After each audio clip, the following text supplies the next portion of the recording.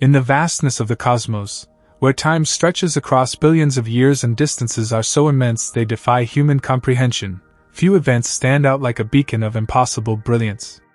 GRB 080319b is one of those events. It wasn't just a gamma-ray burst, it was the gamma-ray burst. An event so violent, so intense, so dazzlingly luminous, that for a fleeting instant, it rivaled the power of the entire observable universe condensed into one sharp, furious flash. But before we continue, subscribe to the channel so you don't miss out on any of these videos. To understand GRB 080319b, one must first grasp what a gamma-ray burst, or GRB, actually is. In simple terms, a GRB is the most energetic form of electromagnetic explosion known to science. When these bursts erupt, they release an extraordinary quantity of energy in the form of gamma rays, the most energetic type of light. These bursts are typically observed as a sudden spike in gamma radiation, lasting from milliseconds to several minutes. But beneath the simplicity of the description lies a chaotic, violent process of star death and cosmic transformation. GRB 080319b falls into the category of a long-duration gamma-ray burst, which means it lasted more than 2 seconds. In fact, the gamma-ray emission from this event lasted approximately 50 seconds, a long time in astrophysical terms. Long-duration GRBs are generally associated with the core collapse of massive stars, typically those many times more massive than our Sun. When such a star reaches the end of its nuclear burning cycle, it can no longer support itself against gravitational collapse. Its core implodes, forming either a neutron star or, more commonly in GRBs of this kind, a black hole. This process is sometimes referred to as a collapsar. During the collapse, a dense accretion disk forms around the newly born black hole. The intense magnetic fields and angular momentum funnel material into narrow, collimated jets that erupt from the star's poles at nearly the speed of light. These relativistic jets drill through the outer layers of the dying star, burst into space, and emit powerful gamma-ray radiation. When one of these jets happens to be aimed directly at Earth, we perceive the result as a gamma-ray burst. But GRB 080319b was not a typical burst. Most GRBs are only detectable by specialized space-based instruments. Their radiation, though incredibly energetic, is largely invisible to the naked human eye. However, on March 19, 2008, something unprecedented occurred. The optical counterpart of GRB 080319b became so bright that for roughly 40 seconds, it could be seen without a telescope. It appeared in the night sky for a brief moment, just long enough for someone in a dark rural location to spot it, before fading into the depths of space. For that moment, it was the brightest object in the universe as seen from Earth. This incredible brightness wasn't because it was close. On the contrary, GRB 080319b occurred in a galaxy 7.5 billion light-years away. That's more than halfway across the observable universe. The sheer fact that its light could travel that distance, traverse such an unimaginable gulf of cosmic time, and still be bright enough to be visible to the unaided human eye is nothing short of astonishing. So what caused this phenomenal display? At its core, GRB 080319b was a massive stellar explosion, a cataclysmic release of energy resulting from a star dying in the most dramatic fashion possible. The collapsing star, possibly more than 30 times the mass of our Sun, underwent a rapid gravitational collapse. Its iron core, no longer able to fuse heavier elements to resist gravity, imploded within seconds.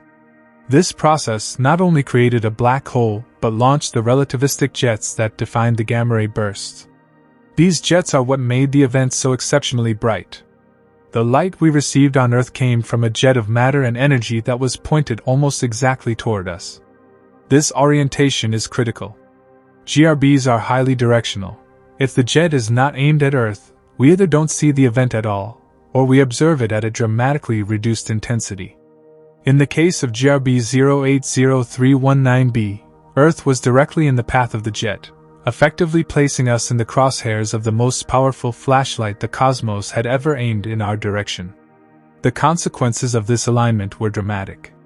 The optical brightness of the burst peaked at magnitude 5.3, which is right on the edge of naked eye visibility under dark sky conditions. It meant that, theoretically, someone standing in a field under a dark sky, away from city lights and with a clear view of the constellation Boötes, where the burst originated, could have looked up and briefly seen a light in the sky that outshone entire galaxies, despite the fact that its source had died over 7 billion years ago. It's important to note that this wasn't a slow build-up like a supernova. GRBs are like cosmic flashbulbs. They ignite without warning, burn brighter than anything else in the universe for a matter of seconds or minutes, and then disappear. The flash is so brief that by the time you think to look, it's already gone. That's why GRB 080319b is sometimes referred to as a naked eye GRB, a label reserved for only the rarest of events. To date, no other GRB has achieved that level of visibility without the aid of a telescope. From a scientific perspective, GRB 080319b was a cosmic jackpot. Its brightness, duration, and direction provided an unparalleled opportunity for observation. It was detected by NASA's SWIFT satellite and other orbiting observatories, which immediately sent alerts to telescopes around the world. Because of this, astronomers were able to capture a wealth of multi-wavelength data, from gamma rays to X-rays, to optical and even infrared light. This treasure trove of information continues to inform and challenge our understanding of GRBs.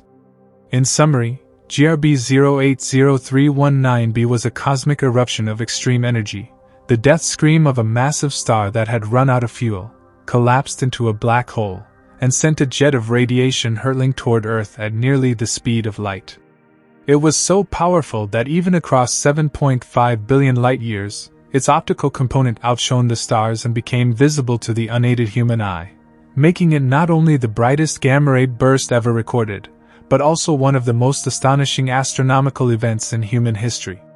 The story of GRB 080319b truly began on the evening of March 19, 2008, a date now etched into the annals of astrophysics. At exactly 6:12 and 49 seconds Universal Time Coordinated, a flash of high-energy light exploded across the sensors of multiple space-based observatories. It was a moment that, at first, seemed routine. Gamma-ray bursts are rare, but they are not unknown. On any given year, about 100 such bursts are detected. Initially, it appeared that this was simply another long-duration GRB, catalogued and processed like the others. But within seconds, something extraordinary became apparent. This was no ordinary burst. The detection came primarily from NASA's SWIFT satellite, a specially designed observatory built for the purpose of detecting and rapidly localizing gamma-ray bursts. At 6:12 and 49 seconds Universal Time Coordinated, SWIFT's Burst Alert Telescope, BAT, triggered on what it identified as a massive spike in gamma radiation. Immediately, the satellite began its automated response sequence, slewing its X-ray telescope, XRT, and ultraviolet/optical telescope, UVOT, to the coordinates of the burst in less than a minute. This rapid pivot allowed scientists to catch not only the gamma rays themselves but also the evolving afterglow in other wavelengths. What makes this timing even more interesting is that GRB 080319b was not the only burst that day. Just 30 minutes earlier, SWIFT had detected GRB 080319a, a weaker burst in a different region of the sky. Then came GRB 080319b, a cosmic giant that completely dwarfed the previous signal. To observers and instruments alike, the comparison was staggering. The second burst was over 100 times more luminous than the first, and brighter than anything of its kind ever seen before. And the observations didn't stop with SWIFT. Almost simultaneously, a European satellite called Integral, the International Gamma-Ray Astrophysics Laboratory, also picked up the signal. It confirmed the magnitude of the event, verifying that the gamma-ray output was off the charts. Around Earth, telescopes from a global network, some robotic, some human-operated, began swinging toward the event. The Pie of the Sky project, an early warning optical system based in Chile, captured the optical component of the burst in real time, giving us precious seconds of data on the light visible to the human eye. For those who were awake in the early hours of that morning, and fortunate enough to be in the right location with dark skies and a clear view toward the constellation Boötes, there existed a once-in-a-lifetime chance. For about 40 seconds, a single star-like point of light, previously non-existent to the human eye, flared into visibility. If someone happened to be looking up at just the right patch of sky at just the right moment, between 6:12 and 6:13 Universal Time Coordinated, they might have witnessed it without knowing what they were seeing, a flash brighter than anything else in the night sky, from a dying star billions of light-years away. What's particularly remarkable is the precision with which this event was time-stamped and studied. The exact time of the gamma-ray spike allowed astronomers to correlate data across observatories worldwide, including those on Earth and in orbit. By triangulating the timing, intensity, and direction of the burst, they were able to build a profile of the event in near real time. This coordination of observational power was unprecedented. In less than a minute after the detection, automated messages were sent through the Gamma Ray Coordinates Network, GCN, alerting astronomers around the world. This rapid dissemination of information allowed ground-based telescopes to begin follow-up observations almost immediately, ensuring that the evolving optical afterglow could be captured from its brightest moment through its decay. So, in that singular minute, 6:12 and 49 seconds Universal Time Coordinated, the sky erupted with an event that would go on to redefine astrophysical theories. That precise moment marks the flashpoint of a star's death scream, echoing across billions of years, finally reaching Earth to be recorded, studied, and remembered. It was the moment the universe opened a brief window to its most powerful phenomenon and gave humanity a rare glimpse of raw, unfiltered cosmic fury. The sight of a star dying in a distant galaxy, billions of years ago, becoming visible to the naked eye on Earth sounds like something torn from myth. Yet on March 19, 2008, for a few breathtaking seconds, it became reality. GRB 080319b wasn't just the most luminous gamma-ray burst ever recorded. It also achieved the almost impossible feat of crossing a boundary that no other GRB has ever crossed. It entered the fragile realm of human perception, manifesting itself as a visible point of light in the night sky. But how exactly could something so far away, an event originating 7.5 billion light-years from Earth, appear momentarily visible to the unaided eye? To comprehend the magnitude of this event, we must first consider the nature of light and its journey. When a gamma-ray burst occurs, it ejects colossal amounts of energy in two tightly focused jets of high-speed particles, light, and radiation. These jets are not like explosions that radiate evenly in all directions. Rather, they are more akin to laser beams, highly concentrated and incredibly directional. The amount of light and radiation within these narrow cones is thousands of times more intense than if the energy were distributed evenly across space. The reason GRB 080319b was briefly visible to us is that one of those jets was pointed almost exactly at Earth, placing our planet directly in the line of fire of this cosmic beam. This precise alignment allowed the event's optical component, light in the visible spectrum, to reach us with a degree of brightness that was previously thought impossible for such distant events. Normally, even the brightest supernovae at these distances would require powerful telescopes to be detected. But because the jet was aimed directly at us and because the event released an unprecedented level of energy, it compressed all that light into a powerful signal that reached Earth as an optical flash, with a peak brightness of magnitude 5.3. Now, in astronomical terms, magnitude is a logarithmic measure of brightness as seen from Earth. The lower the number, the brighter the object. For context, the faintest stars visible to the human eye under ideal dark sky conditions are usually around magnitude 6. That means GRB 080319b, at magnitude 5.3, was just inside the visibility threshold. If you were standing in a rural area with no city lights, no clouds, and your eyes were fully adjusted to the dark, you could have looked up and seen that brief spark, a momentary, silent signal from the edge of the cosmos. The burst didn't linger. It wasn't a twinkling star or a glowing supernova that slowly unfolded. It was more like a sudden camera flash in the night, bright, overwhelming, and gone almost instantly. The entire visible event lasted only about 40 seconds, and it peaked for only a few of those. It's likely that even professional astronomers, had they been looking in the wrong direction, would have missed it. But automated systems didn't. The Pie of the Sky project, a robotic telescope system in Chile designed to continuously monitor a large portion of the night sky, captured the optical light curve of the burst in real time. In fact, it started imaging the region of the sky about 20 seconds before the gamma ray burst began, allowing it to track the full evolution of the visible light from start to finish. This optical signal from GRB 080319b broke records on every scale. Its absolute magnitude, a measure of its intrinsic brightness, not affected by distance, was calculated to be around -38.6. That's several orders of magnitude brighter than the brightest supernova ever recorded. In fact, if GRB 080319b had occurred at a distance of just 1,000 light-years from Earth, it would have outshone the Moon in the night sky, potentially even becoming visible during the day. Fortunately, it didn't. A burst that close would almost certainly have catastrophic effects on Earth's biosphere, but we'll return to that later. The visibility of GRB 080319b wasn't just a curiosity. It was a wake-up call for astrophysics. Before this event, the idea that a GRB could be visible to the naked eye from across the universe was considered improbable, bordering on impossible. After all, light from distant galaxies is stretched and weakened as it traverses the expanding universe. The farther it has to travel, the fainter it gets.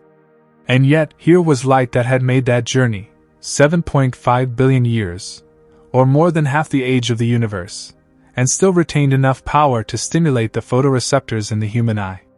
So how did this happen? The answer lies in both the intensity of the explosion and the structure of the jet. Theoretical models suggest that the jet of GRB 080319b may not have been a simple, uniform cone. Instead, it may have consisted of multiple layers or zones, with a very narrow core where the emission was especially concentrated. Earth just happened to be aligned with that inner core. This alignment, combined with the total energy release, produced an optical outburst that outshone all prior GRBs. This also explains the observed timing of the burst. The gamma ray emission began first, followed by a rapid brightening in optical wavelengths. The peak of the optical light curve occurred around 18 seconds after the onset of the gamma ray emission, which correlates with the theoretical models of how these jets interact with the outer layers of the collapsing star and the surrounding interstellar medium. Furthermore, what made GRB 080319b even more scientifically valuable is the fact that its optical emission wasn't just a brief flash. It left behind a slowly fading afterglow that continued to be observed for days. But during that initial burst, during that 40-second window, it achieved a kind of cosmic celebrity, becoming the only known instance where a gamma ray burst not only reached Earth's instruments, but also its people, directly, through nothing more than unaided human sight. The implication of such a visible GRB is staggering. It proves that there are events in the universe so energetic, so extreme, that they can cross the limits of space and time to become briefly visible across incomprehensible distances. It means that the universe is not just a cold, distant place observed through the lens of technology. It is, on rare occasions, a theater that allows even our limited biological senses to witness its fury.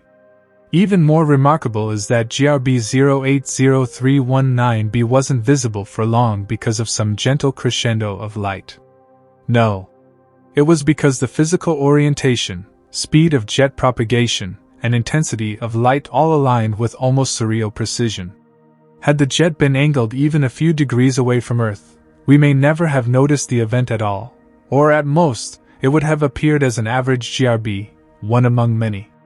Instead, it achieved a level of brightness and clarity that made history. There is also something poetic in the fact that, despite all our technological progress, a fleeting signal from the death of a star halfway across the universe was visible to the same human eye that once looked up at the stars and wondered what they were. GRB 080319b was a cosmic message, a rare and brilliant exclamation point in the endless script of space and time. So how was GRB 080319b briefly visible to the naked eye? It was a perfect storm, the unimaginable energy of a collapsing star, focused into a tightly collimated jet, aimed with precision toward our planet. That light traveled across billions of light years, unimpeded, unweakened, racing toward a moment when the sky would open and reveal, for less than a minute, the true scale of cosmic violence. And for those few seconds, anyone looking skyward from a dark enough location could see the dying light of a star that had perished when Earth was still young, perhaps before the first multicellular life had even formed. That's not just science. That's all. That's the kind of moment that redefines what's possible in our understanding of the universe and our place in it.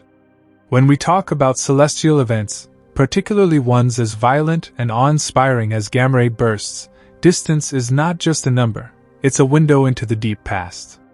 GRB 080319b didn't just shine brightly from afar, it shone from a point in space so distant that its light had been traveling toward us for billions of years before it ever touched a satellite sensor or sparked curiosity in the minds of scientists. In the case of GRB 080319b, the distance is almost unimaginable, approximately 7.5 billion light-years from Earth. But this isn't just a dry measurement, it's a journey through time, a cosmic odyssey that links us directly to the early epochs of the universe. To put this into perspective, a single light-year is about 5.88 trillion miles. That means the light from GRB 080319b traveled more than 44 sextillion miles, 44 followed by 21 zeros, before it entered our detectors. But more significantly, light from this burst began its journey across the universe when our own planet was not yet half its current age. The Earth itself is about 4.5 billion years old, and the universe is estimated to be around 13.8 billion years old. So the gamma rays and optical photons that reached Earth on March 19, 2008, were emitted when the universe was just under half its current age, a mere 6.3 billion years old.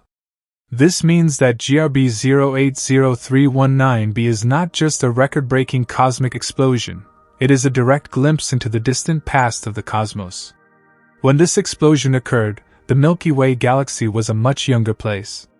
The Sun and Earth already existed, but life on our planet was still confined to simple, microscopic organisms.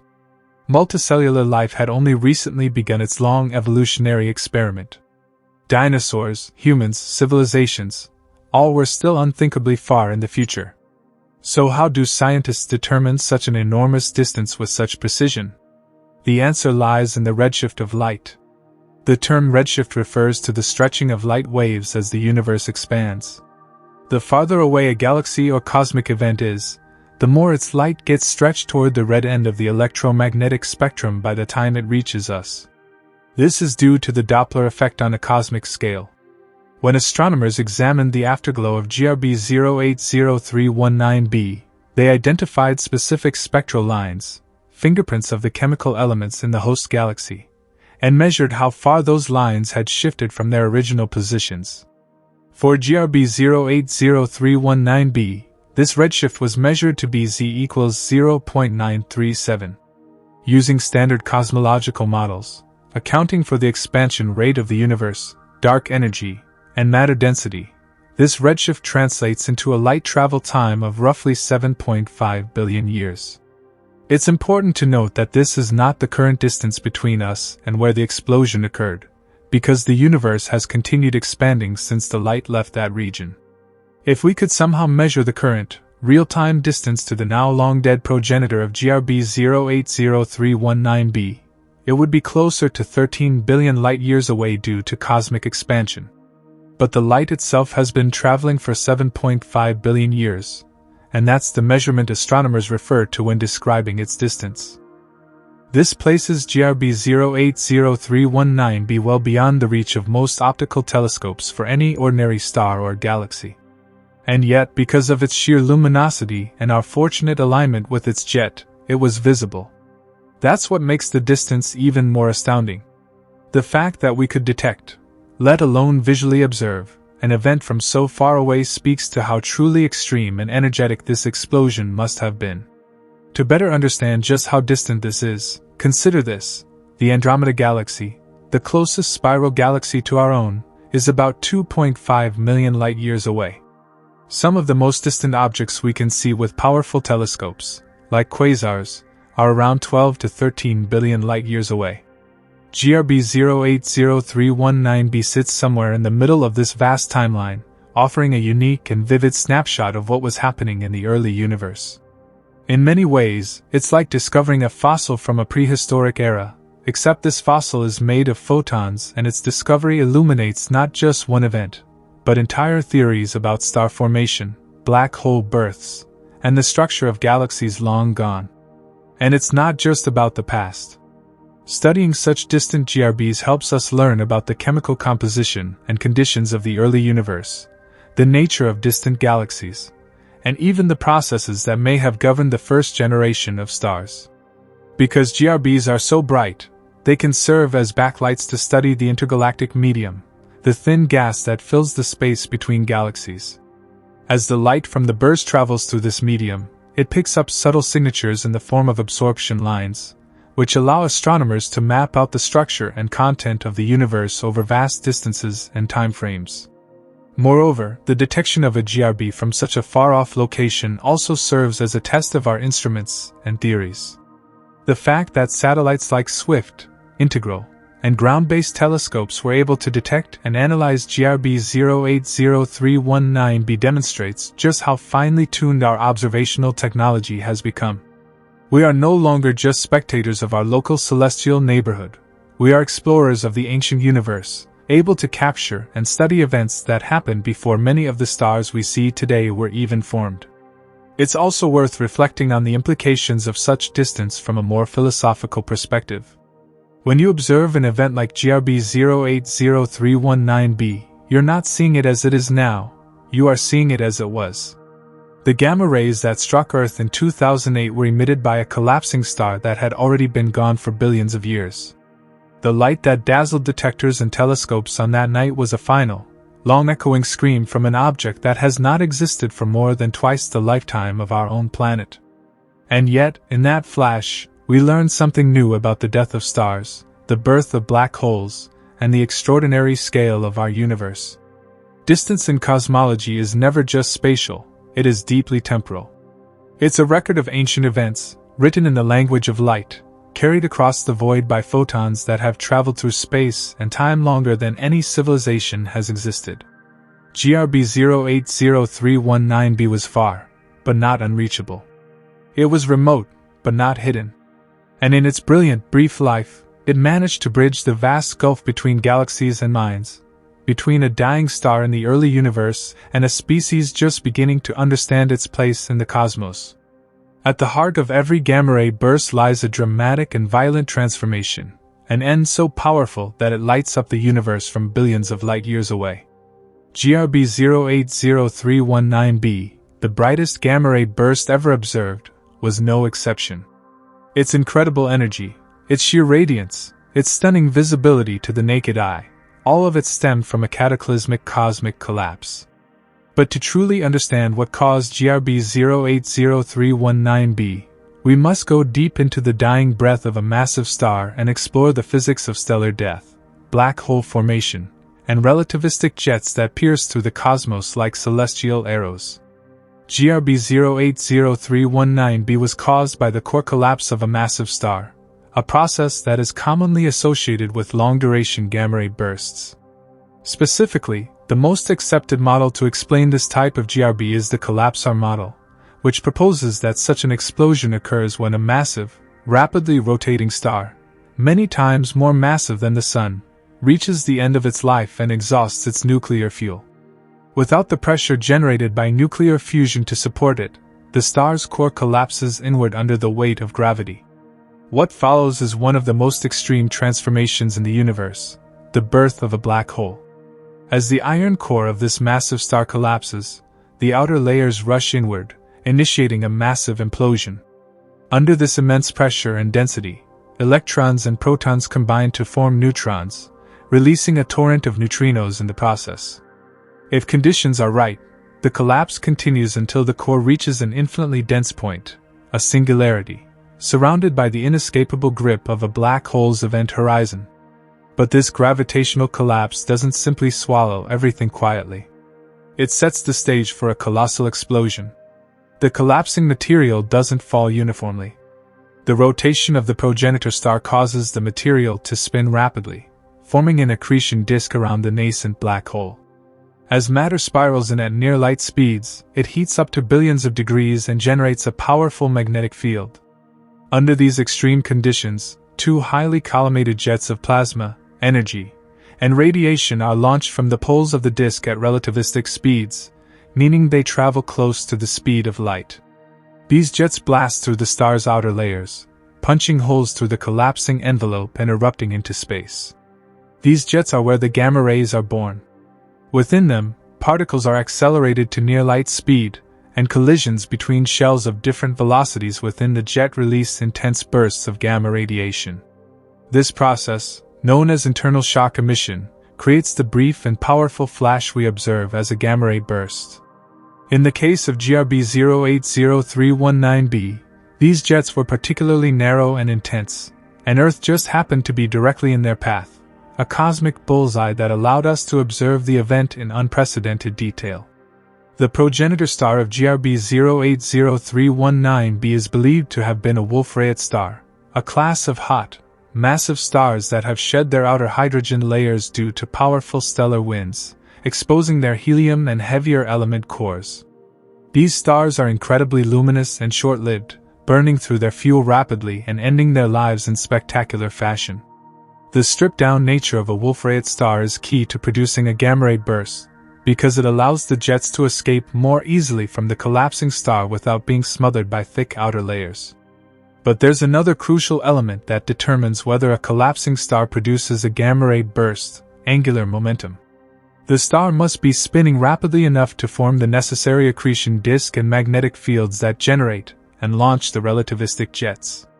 Without sufficient spin, the collapse might still form a black hole, but the event would not produce the ultra-energetic jets required for a GRB. It is this combination, massive size, stripped outer layers, and rapid rotation, that sets the stage for a collapsar and a long-duration gamma-ray burst. In the case of GRB 080319b, everything aligned perfectly. The progenitor was a massive, fast-spinning Wolf-Rayet star located in a distant, star-forming galaxy. It had lived its brief but furious life and reached the point where its core could no longer resist gravity's pull.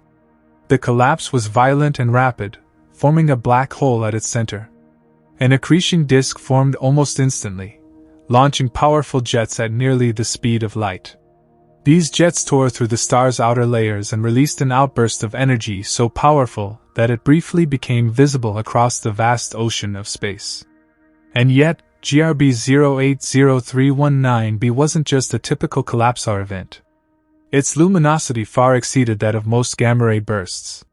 This suggests that its jets were not only directed precisely at us, but that they were also more tightly focused than average. This kind of jet collimation means that the energy, instead of spreading out in a broad cone, was concentrated into a narrower beam. This dramatically increases the apparent brightness of the event from the perspective of anyone within the path of the beam, in this case, us. Another factor contributing to the extreme brightness was the internal structure of the jet.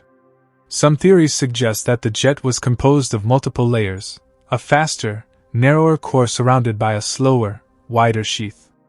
Earth happened to be aligned with the innermost, brightest core of this structure, receiving the most intense part of the emission. It's as if the universe aimed a flashlight at us, but instead of a gentle glow, we received a laser beam from the death throes of a star. This event was so powerful that during its peak, GRB 080319b released energy at a rate 10 million times greater than the combined output of all the stars in the Milky Way galaxy. That is not an exaggeration. It is the scale of energy we are dealing with. The entire explosion lasted only seconds to minutes, but in that short span of time, it unleashed more energy than our Sun will emit over its entire 10 billion year lifetime. It is staggering to imagine the scale of such an explosion. But what's even more staggering is that such events are not rare in the universe. They happen frequently. The catch is that we only see a small fraction of them because their jets are narrowly focused and must be pointed toward us for us to detect them. For every gamma-ray burst we observe, there may be hundreds more occurring in other directions, invisible to our instruments. The cause of GRB 080319b, then, was not a mystery hidden in the dark corners of space. It was a perfect expression of stellar death under extreme conditions. A massive, rapidly rotating star collapsed, formed a black hole, and released twin jets of energy so intense, so precise, that one of them reached across 7.5 billion years of space and time to paint a brief flash in our sky. In the grand tapestry of the cosmos, GRB 080319b was a punctuation mark, an exclamation at the end of a massive star's story. But in that final sentence, it told us everything, about the nature of collapse, the power of black holes, and the unimaginable scale of cosmic energy. It was, quite literally, a flashbulb from the early universe, illuminating not only the mechanics of its own death, but the potential for stars to shape the universe long after their light has faded. The story of GRB 080319b is, at its core, the tale of a giant's final breath, a massive star collapsing under its own gravity in the deepest reaches of the cosmos, unleashing energy on a scale so extreme it momentarily outshone everything else in the observable universe. Understanding the role of this collapsing star is essential, because the mechanics of that collapse didn't just lead to an explosion, they forged the very conditions that made this gamma ray burst the most luminous ever recorded. It was the star's mass, rotation, structure, and final implosion that collectively made GRB 080319b not just possible, but extraordinary. To understand this collapse, we must first understand what happens inside a massive star as it nears the end of its life. Stars are essentially nuclear furnaces, powered by the fusion of lighter elements into heavier ones. In massive stars, those at least 20 to 30 times more massive than our Sun, this fusion process progresses far beyond hydrogen and helium. It moves up the periodic table, producing heavier and heavier elements like carbon, neon, magnesium, silicon, and eventually iron. Iron is a special case. Unlike lighter elements, fusing iron doesn't produce energy, it consumes it. So when a star's core becomes rich in iron, the engine that's been holding it up, outward pressure from nuclear fusion, grinds to a halt. Gravity, which has always been pressing inward, now faces no opposition. The result is catastrophic. The core collapses almost instantly, triggering a supernova or, under the right conditions, a gamma ray burst.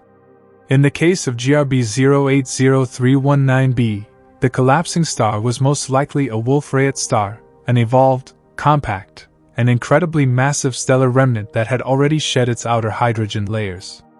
These stars are among the hottest and most massive known, and their lifespans are short, often ending in dramatic fashion. The star responsible for GRB 080319b had likely lost much of its mass through powerful stellar winds, leaving behind a dense core composed mostly of helium and heavier elements. When this core collapsed, it didn't just implode into a neutron star as happens in some supernovae, it went all the way. The gravitational pressure became so immense that it crushed the core into a singularity, forming a black hole. This is where the true drama begins. As material from the rest of the star began falling inward, it didn't fall directly into the black hole. Instead, due to the star's rapid rotation, the infalling matter spiraled around the black hole, forming a blazing hot accretion disk.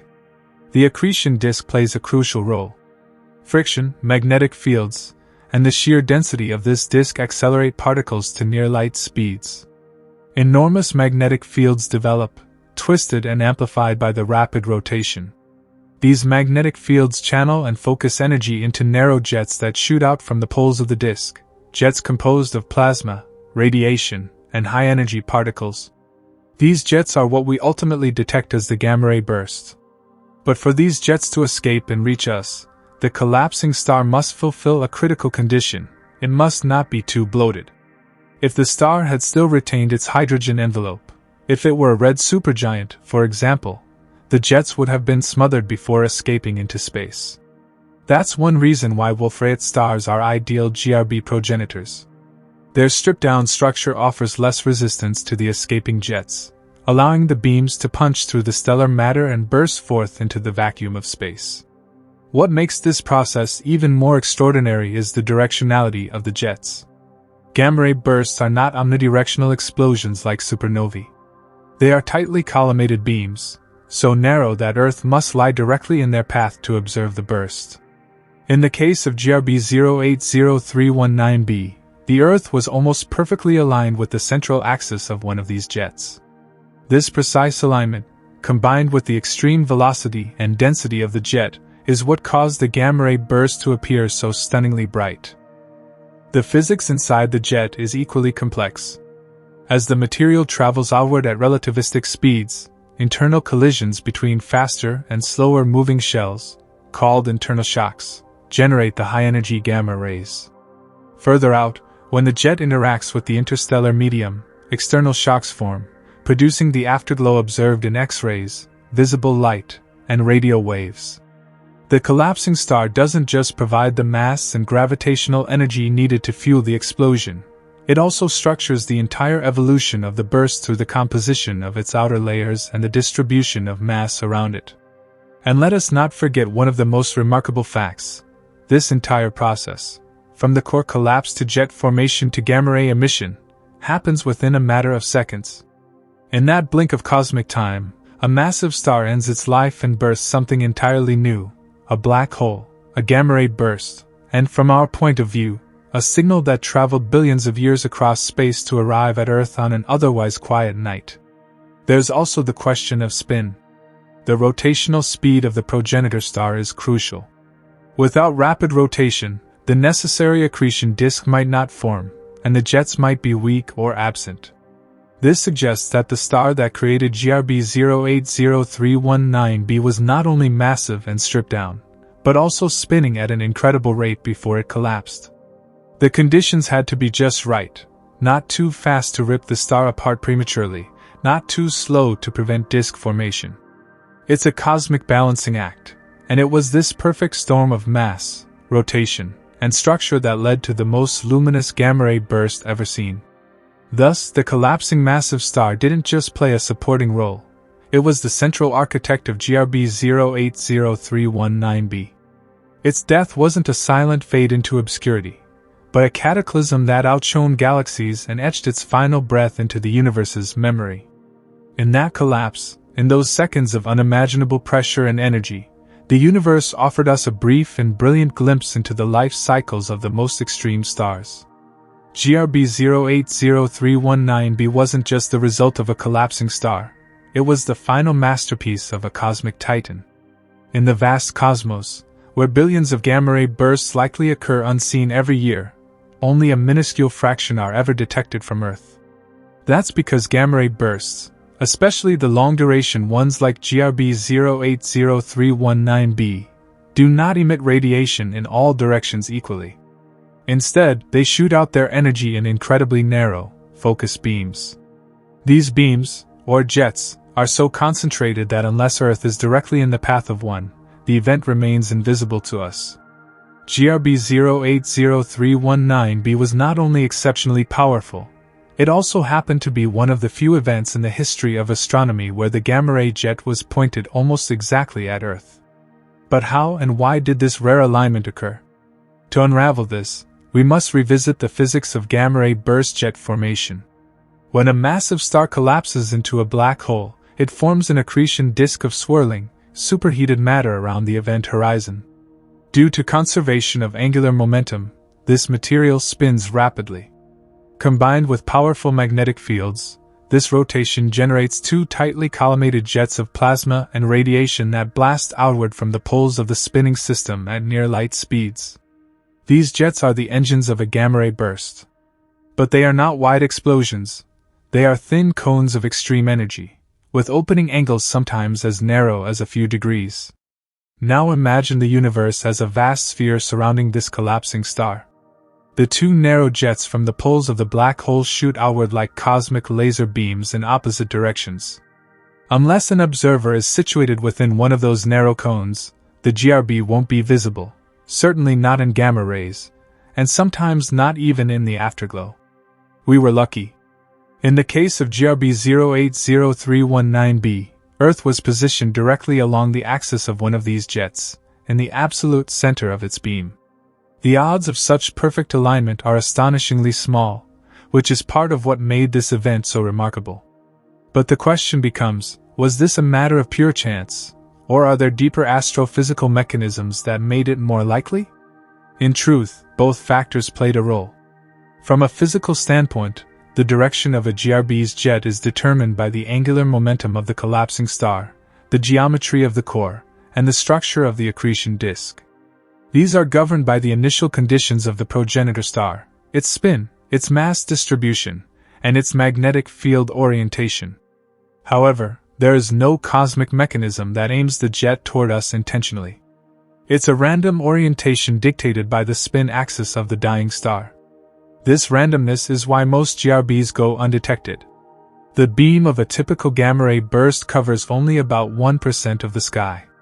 For every GRB we detect, there may be 100 others that go unseen, their jets aimed elsewhere. But GRB 080319b was different in another way, too. Its jet was not only narrow and focused, but also possibly structured, meaning it had layers of emission intensity.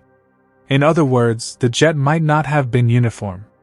Instead, it could have had a brighter, faster-moving core surrounded by slower, fainter material. This concept is known as a structured jet model, and it helps explain why GRB 080319b was so intensely luminous. Earth wasn't just in the general direction of the jet. We were positioned within its brightest central core, where the gamma-ray energy was most concentrated. Being centered in this inner beam dramatically increased the observed brightness and intensity of the burst from our perspective. If we had been slightly off-axis, even by a degree or two, the GRB might have appeared far less luminous or not have been seen at all. This central alignment is why the optical light from GRB 080319b became visible to the naked eye, and why its gamma-ray emission broke records. It was as if the universe pointed a cosmic flashlight directly at us, and instead of a soft beam, it was a searing laser composed of particles and radiation moving at relativistic speeds. There's also an observational bias built into our instruments. Our gamma-ray detectors, like NASA's SWIFT satellite, are more sensitive to GRBs whose jets are aligned toward us. This means we are far more likely to observe GRBs with Earth-aligned jets simply because those are the ones that produce a detectable signal. So while the orientation of GRB 080319b's jet was random from a cosmic perspective, it's only because of this rare alignment that we even know about it. From a statistical point of view, the number of observed GRBs helps astronomers estimate how many actually occur throughout the universe. Because we only see the ones pointed at us, astronomers calculate the true population of GRBs by factoring in the average beaming angle.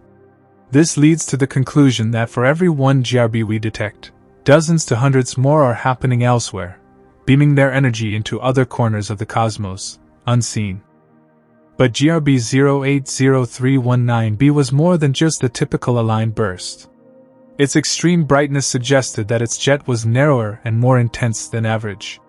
Some estimates place the jet's opening angle at less than half a degree, which means Earth being in its path was not just fortunate, it was extraordinarily improbable. The odds of a burst this intense aligning so perfectly with our line of sight are infinitesimal, which is why astronomers refer to GRB 080319b as a once-in-a-lifetime cosmic event. There's also a possibility that we're still underestimating just how rare this alignment was. If GRB 080319b's jet was even narrower than initial models suggest, then the observed brightness would imply an energy concentration that challenges existing GRB theories, implying perhaps even new physics or at least refinements in our models of jet formation, structure, and propagation. In essence, the fact that GRB 080319b's jet was pointed directly at Earth is the ultimate cosmic coincidence. There's no steering mechanism in the universe that aligns GRBs with observers. This event simply happened to be aimed at our tiny corner of the galaxy, across an unimaginable span of space and time. And for a few seconds, we witnessed the death of a massive star in a distant galaxy as if we were standing directly beneath it. That alignment transformed GRB 080319b from just another distant explosion into a beacon of cosmic revelation, a lighthouse of stellar death flashing across the sea of space, perfectly aligned with the eyes of Earth-bound observers. In the annals of gamma-ray burst research, few events have left as lasting and awe-inspiring a mark as GRB 080319b. While gamma-ray bursts, GRBs, are not rare phenomena in the grand scheme of the universe, they are detected frequently by space-based telescopes like Swift and Fermi. Very few possess the raw luminosity, clarity of observation, and sheer astronomical extremity that GRB 080319b exhibited. To fully appreciate what made it so unique, it's crucial to compare it to other known GRBs, both in terms of observable characteristics and astrophysical implications. Let's begin with luminosity, the defining characteristic of GRB 080319b. At its peak, this GRB was so bright that it briefly became visible to the unaided human eye despite originating from a distance of approximately 7.5 billion light-years. That's over half the age of the universe, and yet it still outshone many stars in our night sky. This event was 100 times more luminous than the average GRB observed to date, and remains the brightest optical afterglow ever recorded. The fact that its light could reach Earth and rival the brightness of nearby celestial objects defies intuitive understanding of distance and visibility, and no other GRB has achieved this feat since. In contrast, the average gamma-ray burst, while still incredibly energetic, falls short of such breathtaking brilliance. Most GRBs are only visible through sensitive telescopes and are never detectable to the naked eye.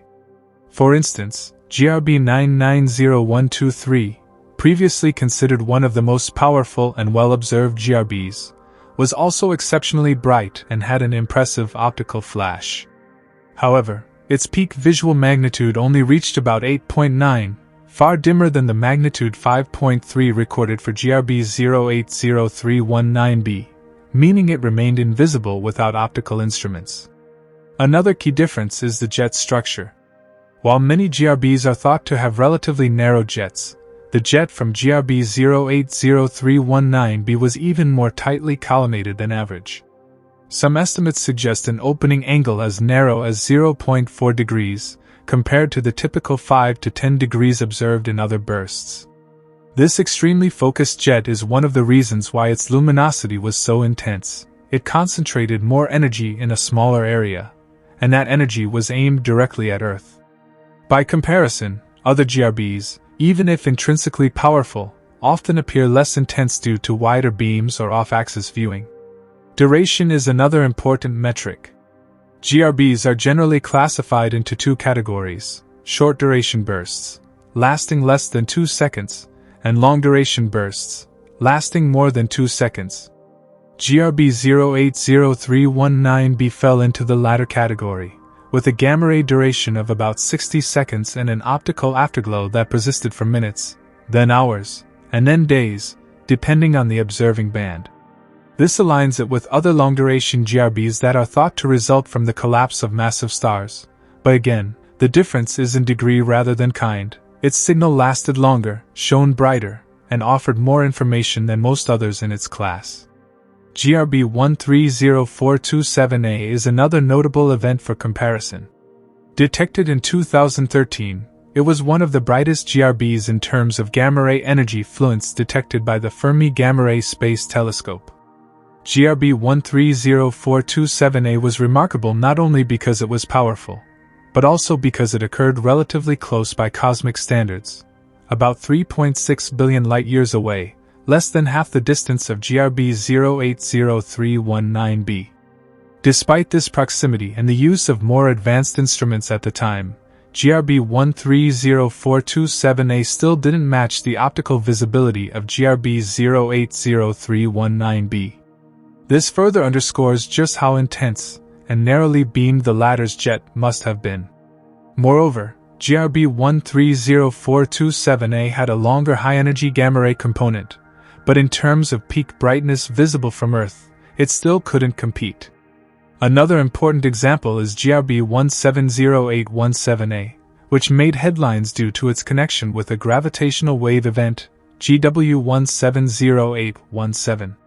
This was the first observed merger of two neutron stars, and it produced a short-duration GRB that was far less energetic than most long-duration GRBs. Its significance came from its multi-messenger detection, gamma rays, gravitational waves, and electromagnetic afterglow across multiple wavelengths. However, from a purely energetic standpoint, GRB 170817A paled in comparison to GRB 080319B. The former was an important event scientifically, but it was not visually bright and had a broader, off-axis jet, meaning it lacked the penetrating visibility and power of 080319B. When astronomers chart GRBs by luminosity versus duration, GRB 080319b sits in the upper right corner, long and massively energetic. It occupies an extreme region of parameter space, challenging many existing models about what GRBs are capable of and how they radiate. Its properties push theorists to consider more tightly focused jets, higher Lorentz factors, which describe how close to the speed of light the material in the jet is moving, and structured jet models where energy varies with angle from the jet axis. In fact, this burst redefined the upper end of gamma-ray burst luminosity scales. Previous models used empirical relationships such as the Amati relation or the Yannetica relation, which described the correlation between spectral peak energy and total emitted energy. GRB 080319b deviated from these trends, prompting revisions in our understanding of the energetics and beaming of such events. It also served as a powerful calibration point for telescope systems and observational frameworks. Due to its multi-wavelength visibility and well-defined timing, it became a kind of Rosetta Stone for comparing data across instruments, from swift to ground-based optical observatories, radio dishes, and even proposed neutrino and gravitational wave correlations. Even in the years since, with hundreds of GRBs detected and catalogued, none have matched the extraordinary alignment, intensity, and optical visibility of GRB 080319b. Most fall into familiar patterns, short and dim, or long and moderately bright, or off-axis and smeared across wider areas of the sky.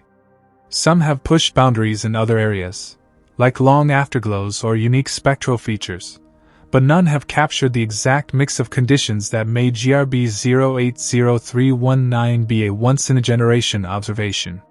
It was, in many respects, the perfect gamma-ray burst, distant enough to give us a glimpse into the ancient universe, bright enough to see without a telescope, aligned directly with Earth, and energetic enough to rewrite textbooks. Other GRBs have added important details to the picture, but GRB 080319b was the one that forced astronomers to redraw the frame. What made GRB 080319b so unforgettably spectacular wasn't just its staggering brightness, but also the surreal nature of its optical flash. Light so bright from so far away that, for a brief moment, it transcended what we thought was observationally possible. To appreciate the rarity of this occurrence, we must delve into the detailed timeline of the optical flash itself, which revealed not only the inner mechanics of the explosion, but also exposed the limits of our understanding of high-energy astrophysics. The optical component of GRB 080319b's outburst, the flash that became visible to the naked eye, began almost simultaneously with the burst of gamma rays. This optical flash, which was captured by automated telescopes only by sheer luck and swift coordination, reached a peak brightness of magnitude 5.3, briefly crossing the threshold of human visibility under dark sky conditions. That made it not just the brightest optical flash associated with a GRB ever recorded, but the only one, to date, that a person could have theoretically seen without aid, had they been looking up at precisely the right place in the night sky at that exact moment. But the surreal part wasn't just that it was visible, it's how long it lasted. Most gamma-ray bursts produce afterglows that linger for minutes, hours, or even days, but the initial optical flash, the moment when the light is at its most intense, is typically brief and elusive. In the case of GRB 080319b, the optical flash's most intense moment, when it was bright enough to be seen with the naked eye, lasted for about 40 seconds. That's an eternity for an astronomical phenomenon of such a high-energy nature. It's important to understand the scale here. A supernova explosion might brighten over several days. A flare on the sun might peak in a few minutes. But GRBs are generally so fast and short-lived in their brightest state that capturing them visually is nearly impossible. GRB 080319b was an exception. Following that initial burst of optical brilliance, the visible light began to fade rapidly, dropping in brightness but not vanishing altogether. What followed was a multi-phase afterglow visible across various wavelengths, optical, infrared, ultraviolet, and radio, that allowed astronomers to observe the event for days and even weeks. But those first 40 seconds were the key to unlocking many of the burst's secrets. Automated wide-field optical telescopes like the Tortora camera, which was designed to capture high-speed photometry, were able to monitor the optical flash of GRB 080319b in real time, recording the light curve second by second. The data showed an incredibly sharp and dramatic spike in brightness, far steeper than what had ever been observed in previous GRBs. It wasn't just a quick blip, it was a monumental outburst, building to its peak and then declining in a way that defied conventional models of optical synchrotron radiation. This was one of the first signs that GRB 080319b would challenge almost every assumption about these cosmic phenomena. What makes the 40-second optical flash even more fascinating is how closely it matched the timing of the gamma-ray burst itself. Typically, in GRBs, the optical emission either trails the gamma rays slightly or is part of a delayed afterglow. But here, they rose together. This synchronous emission suggested that the gamma ray and optical photons might be originating from the same physical region in the relativistic jet, or from overlapping regions very close to the central engine of the explosion. One of the leading interpretations is that the optical flash was caused by internal shocks within the jet, places where faster-moving material collided with slower-moving ejecta, producing high-energy emissions across the spectrum. The coherence between the optical and gamma-ray light curves indicated that the mechanisms responsible were tightly coupled. This was not just a gamma-ray burst with a side of visible light, it was a singular, coordinated display of ultra-energetic matter accelerating through space at velocities nearing the speed of light. Another intriguing aspect of this 40-second flash was how it highlighted the relativistic beaming of the jet. The brightness, duration, and simultaneity of the optical and gamma-ray emissions all pointed to an incredibly narrow jet moving at a Lorentz factor of about 1000, which means the material in the jet was traveling at 99.999% the speed of light. Such extreme velocity ensures that the emitted light is not spread out over space, but rather concentrated in a tight cone directed outward, and in this case, directly toward Earth. That beaming effect also compresses the perceived time of the flash, making it both short and bright from our viewpoint, even though the process internally may have lasted longer. After the initial flash faded from naked eye visibility, the afterglow continued to be observed by a host of ground-based telescopes. Instruments like the Very Large Telescope, VLT, Keck Observatory, and the Liverpool Telescope tracked the evolving light curve, gathering spectra that told of rapidly cooling ejecta, deceleration shocks, and interactions with the surrounding interstellar medium. But none of these follow-up observations could match the drama and clarity of the first 40 seconds. In a poetic sense, those 40 seconds were like the cosmic equivalent of a lightning bolt illuminating a dark landscape. Sudden, brilliant, and utterly transformative. For observers on Earth, had they been watching the exact coordinates in Bodies at 6:12 Universal Time coordinated on March 19, 2008, they would have seen a new star appear where none had been before, one that faded within the minute, but left behind a data trail that would ripple across the scientific community for years. And even now, more than a decade later, no other GRB has produced an optical flash with such intensity and duration that it became perceptible to the human eye without the aid of technology.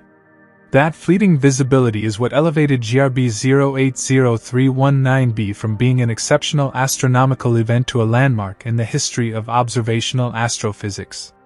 When it comes to gamma-ray bursts, few phenomena in the universe rival their sheer energy output. These are not your typical stellar explosions. They are colossal, universe-shaking events. But even within this elite class of cosmic detonations, GRB 080319b stands apart as a staggering outlier. To say it was powerful would be an understatement. It redefined the boundaries of what astronomers thought was possible when a single star meets its cataclysmic end. GRB 080319b was, quite literally, an explosion so powerful that it momentarily became the brightest object in the known universe. Its total energy output is not just immense, it is almost unfathomable. Let's begin with the basic estimate. The isotropic equivalent energy, that is, the energy GRB 080319b would have released had it exploded uniformly in all directions, is calculated to be approximately 1.3 times 10 ergs. To put that into perspective, this figure is over 10 times more energy than the Sun will emit over its entire 10 billion year lifetime. And this happened in a matter of seconds. Of course, GRBs are not isotropic events. They are highly directional, beaming their energy into narrow relativistic jets. When astronomers account for the actual jet opening angle, estimated to be about 0.4 to 0.5 degrees, the corrected, or beaming corrected energy drops significantly. But even then, the figure hovers around 10 superscript 1 to 10 superscript 2 ergs, which is still comparable to the total rest mass energy of the Sun being converted into pure energy and flung into space in under a minute. For a single astrophysical event to produce that much focused energy is almost beyond comprehension. This colossal output wasn't limited to just one wavelength either. GRB 080319b was a multi-wavelength powerhouse. In the gamma-ray portion of the spectrum, it produced some of the highest photon fluxes ever recorded by the Swift Burst Alert Telescope, BAT, and CONUS Wind, two key instruments that were monitoring space at the time. The prompt gamma-ray emission alone lasted over 60 seconds, an eternity for such a high-energy process, and released the majority of its energy during that window. Simultaneously, the optical component, the one that made the event visible to the naked eye, peaked with a brightness that reached magnitude 5.3, and its energy was still considerable, especially when you factor in how far the light traveled. The fact that the photons from the optical flash managed to traverse 7.5 billion light-years and still had enough intensity to be seen without a telescope is a testament to just how radiantly violent this burst was. Now, consider the relativistic beaming at play. The jets emitted by the collapsing star were moving at speeds incredibly close to the speed of light, up to 99.999% of light speed. This causes what's known as Doppler boosting, where the energy of the radiation is compressed and intensified in the direction of motion. Since Earth was almost perfectly aligned with one of the jets, we received a focused barrage of energy that was orders of magnitude brighter than what would be experienced from an off-axis angle. This orientation is what made GRB 080319 be not just record-breaking, but observable with unprecedented clarity. Furthermore, the afterglow across multiple wavelengths, X-ray, ultraviolet, optical, and radio, continued to shed light, both literally and figuratively, on the total energy mechanics of the burst. The X-ray afterglow, detected by Swift's XRT, X-ray telescope, was one of the most luminous and long-lived on record. It provided insights into how the shock waves from the jet interacted with the surrounding medium, transferring kinetic energy into lower-energy emissions that we could study for days afterward. This process, known as external shock afterglow emission, allowed astronomers to infer the total energy budget beyond just the initial gamma-ray burst. And then there's the high-energy tail, emissions that extended far beyond the initial burst and into the realm of GeV, gigaelectronvolt, photons. While GRB 080319b was not directly observed by the Fermi Gamma-Ray Space Telescope, which launched later in 2008, astronomers speculate that bursts of similar power likely emit large quantities of high-energy photons. GRB 080319b's characteristics suggest it could have easily rivaled or exceeded the high-energy emissions observed in later bursts by Fermi. All of this energy, billions of times more than a typical supernova, compressed into less than 2 minutes, originated from a single massive star collapsing under its own gravity. The conversion of gravitational potential energy into kinetic energy, radiation, and high-energy particles happened with brutal efficiency. The collapse funneled mass into a compact region, likely forming a black hole in the process. The accretion of remaining matter into that black hole, combined with magnetic fields and rotation, powered the relativistic jets that carried all this energy outward. What made GRB 080319 be especially groundbreaking is that it forced revisions in theoretical models of gamma-ray burst energy output. Before its detection, astronomers believed there might be natural limits to how bright or energetic a GRB could be, based on known models of jet structure and stellar collapse. GRB 080319b shattered those assumptions. The fact that such immense energy could be funneled so precisely, and pointed directly at Earth, meant that our sample of observed GRBs was likely missing some of the most extreme events simply because we weren't aligned with their jets. In other words, GRB 080319b may not be uniquely energetic. It might just be the best aligned example of a broader class of ultraluminous GRBs. In terms of power output, if we think in terms of watts, GRB 080319b's peak luminosity approached an estimated 10 watts. That's more than the total power output of all the stars in the observable universe combined, concentrated into one narrow beam from a single dying star. It's a type of celestial violence that challenges our definitions of scale, making even the most catastrophic supernovae seem modest in comparison. The total energy released during this event didn't just push the boundaries of observational astronomy, it redrew them. From gamma rays to optical light, from relativistic jets to afterglow emissions, GRB 080319b was a display of energy that the universe rarely permits us to witness. It set a new bar, one that astronomers still use to calibrate and contextualize every other GRB that has come since. The story of GRB 080319b's detection is not just a tale of cosmic coincidence, it's a shining example of how modern astrophysics, when equipped with the right instruments and alert systems, can catch even the most fleeting and rare events the universe has to offer. The coordinated detection of this gamma-ray burst involved a constellation of observatories, both in space and on the ground, each playing a critical role in capturing different aspects of the explosion. It began with the SWIFT satellite, the linchpin of gamma-ray burst detection, and extended to a network of robotic telescopes, high-speed cameras, and deep-sky observatories around the world. Together, they helped construct the most detailed portrait of any GRB in history. The SWIFT gamma-ray burst mission, launched in 2004, is a space-based observatory designed specifically to detect and study GRBs. Operated by NASA in collaboration with international partners, SWIFT is equipped with three main instruments: the Burst Alert Telescope, BAT, the X-ray Telescope, XRT, and the Ultraviolet/Optical Telescope, UVOT. On March 19, 2008, at precisely 6:12 and 49 seconds Universal Time Coordinated, BAT was scanning the sky for gamma-ray transients when it detected an unusually bright burst. The software on board SWIFT immediately triggered an automated alert, recognizing this as a major gamma-ray burst, later designated GRB 080319b. BAT's job is to monitor a large portion of the sky and detect high-energy events. When it registered the gamma-ray spike from GRB 080319b, it instantly calculated an approximate location and reoriented the satellite so that the other instruments could begin their observations.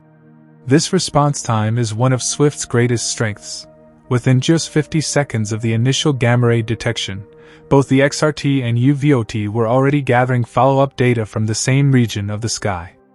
The data coming from BAT was immediately remarkable. It revealed a burst that was orders of magnitude brighter than typical GRBs. The gamma-ray emission lasted for about 60 seconds, with extremely high photon flux and a light curve that hinted at multiple peaks, possibly due to internal shocks within the jet. As soon as this data was processed, SWIFT transmitted a real-time alert through the Gamma-Ray Coordinates Network, GCN, notifying astronomers and observatories worldwide that a major GRB event was in progress. That's when the observational symphony began. Because SWIFT had also detected an earlier, unrelated GRB 080319a, just 30 minutes prior, many robotic and wide-field telescopes had already been primed and pointing in the general region of the sky where GRB 080319b occurred. This unusual coincidence, two GRBs so close in both time and direction, meant that telescopes were serendipitously aligned to observe what would become the most significant burst ever recorded. One of the most critical ground-based instruments to capture the event was the Tortora optical camera, a high-speed wide-field telescope located at the La Silla Observatory in Chile. Tortora had been observing the region of the sky around GRB 080319b as part of a monitoring campaign. Because of its rapid frame rate and large field of view, Tortora managed to record the entire optical flash from GRB 080319b in real time, second by second. This was unprecedented. Prior to this, no telescope had ever caught the peak of a GRB's optical component from the very beginning.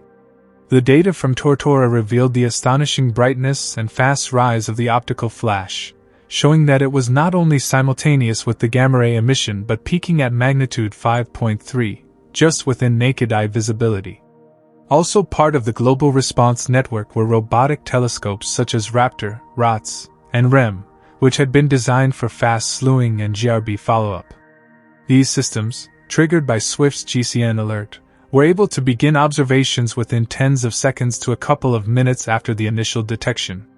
The result was a detailed light curve spanning from gamma ray through optical to near-infrared wavelengths, providing the most comprehensive multi-band coverage of any GRB ever recorded up to that point. The Palomar 60-inch telescope, the Keck 1 and 2 telescopes in Hawaii, the Very Large Telescope, VLT, in Chile, and other large aperture observatories joined the effort in the hours and days that followed. These powerful telescopes focused on the afterglow of the GRB, conducting spectroscopy to determine its redshift and analyze the chemical composition of the surrounding material. Spectroscopic measurements revealed a redshift of Z equals 0.937, corresponding to a distance of approximately 7.5 billion light-years, confirming that the burst came from deep in the cosmos, more than halfway back to the Big Bang. Further analysis by the CONUS Wind satellite, another space-based gamma-ray detector that operates outside Earth's magnetosphere, provided an independent verification of the burst's extreme energy. CONUS Wind registered affluence, energy per area, that placed GRB 080319b among the most energetic GRBs ever seen.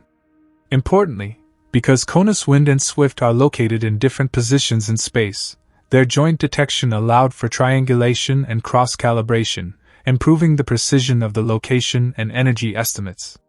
In the weeks following the burst, the Chandra X-ray Observatory and XMM Newton were also brought in to observe the X-ray afterglow, providing high-resolution spectra of the emission and further refining models of the explosion's structure and environment.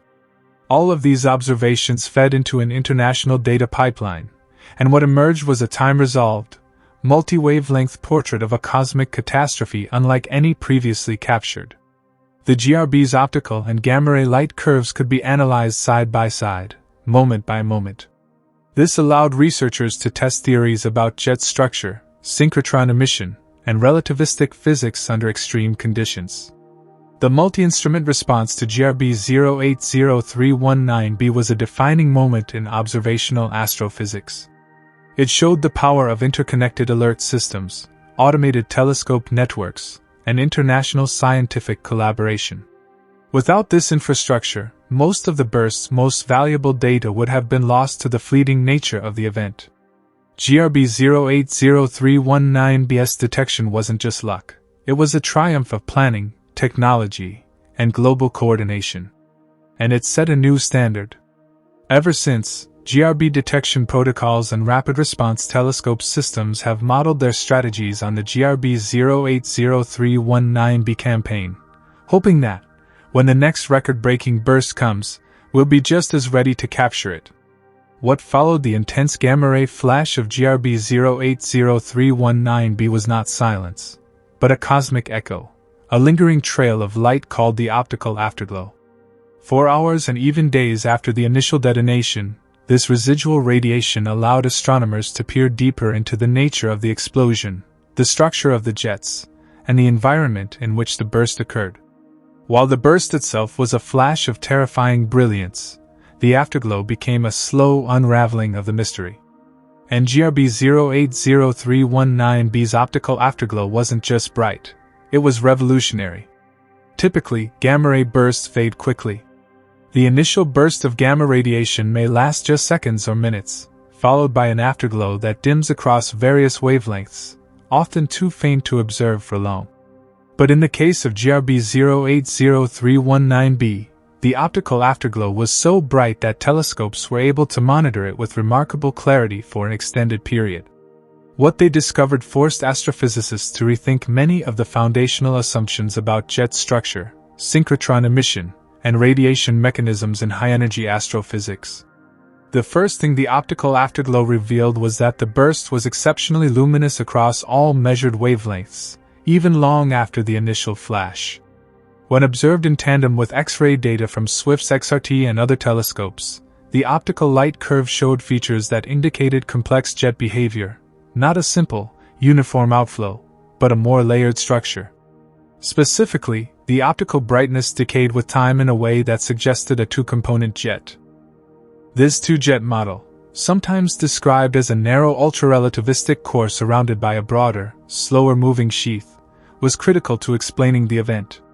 The narrow jet, aimed almost exactly at Earth, was responsible for the blinding initial flash and the intense early afterglow. Meanwhile, the broader jet continued to radiate as it slowed and interacted with the surrounding interstellar medium. This theory aligned with what astronomers saw, an initial steep decline in brightness followed by a shallower decay, corresponding to the transition from the narrow jet to the wider-angle component. But it wasn't just the brightness profile that stood out. The spectral energy distribution, SED, of the afterglow, essentially, a breakdown of how much energy was emitted at different wavelengths, gave astrophysicists clues about the underlying radiation mechanisms. Most of the light, both in the gamma-ray and optical regimes, was consistent with synchrotron radiation, light emitted when charged particles spiral through magnetic fields at near light speeds. The smooth spectral slope across multiple bands reinforced this, showing a consistency that matched theoretical expectations for synchrotron emission from relativistic shocks. Yet there were surprises. For instance, the fact that the optical light was so well correlated with the gamma-ray emission, particularly in the earliest moments, challenged older models where optical afterglow was thought to arise from external shocks. That is, when the GRB jet collides with the surrounding environment. In GRB 080319b's case, the optical afterglow appeared to originate from the same region as the gamma rays themselves, suggesting a common internal shock origin. This was a radical finding because it indicated that not all optical emissions come from secondary effects like the jet's interaction with gas and dust, but could instead stem from the initial central engine, possibly linked to the birth of a black hole or a rapidly spinning magnetar. Polarimetric data, measurements of the light's polarization, also provided insights into the geometry and magnetic field structure of the jet. High levels of polarization in the optical afterglow would indicate strong, ordered magnetic fields, possibly generated in the jet's internal engine. Although the polarimetry for GRB 080319b was limited due to its short visibility window, subsequent models based on the light curve implied that the magnetic fields were at least partially ordered and that the jet structure was far more intricate than previously thought. One of the more startling revelations from the optical afterglow came in the days following the burst, when the light began to fade in a way that exposed the underlying host galaxy. Observations using the Hubble Space Telescope and the Keck Observatory allowed astronomers to study the galaxy in which GRB 080319b occurred. Surprisingly, it was a relatively dim, star-forming galaxy, not the kind one would associate with such an extreme cosmic explosion. This discovery added to growing evidence that many long-duration GRBs, including the most powerful ones, don't occur in the largest, brightest galaxies, but rather in low metallicity, high star formation environments, often in the early universe. This also had implications for stellar evolution models. It suggested that the progenitor star, the massive star that collapsed to produce the GRB, likely lived fast and died young in a chemically pristine environment. The fact that such a powerful event emerged from a modest galaxy also emphasized that GRBs are not necessarily linked to galactic size or brightness, but rather to specific stellar conditions, including mass, metallicity, and rotation speed. Moreover, the optical afterglow of GRB 080319b served as a calibration tool. Its sheer intensity allowed astronomers to test the limits of observational equipment and to refine techniques for measuring distances, spectral redshifts, and light curve decay rates. The afterglow's behavior gave new constraints for calculating the Lorentz factor of the jet, a measure of how close the material was traveling to the speed of light. Estimates suggest that the Lorentz factor for GRB 080319b exceeded 1000, making it one of the most relativistic outflows ever observed in nature. The optical afterglow of GRB 080319b wasn't just a leftover glow from a dying star.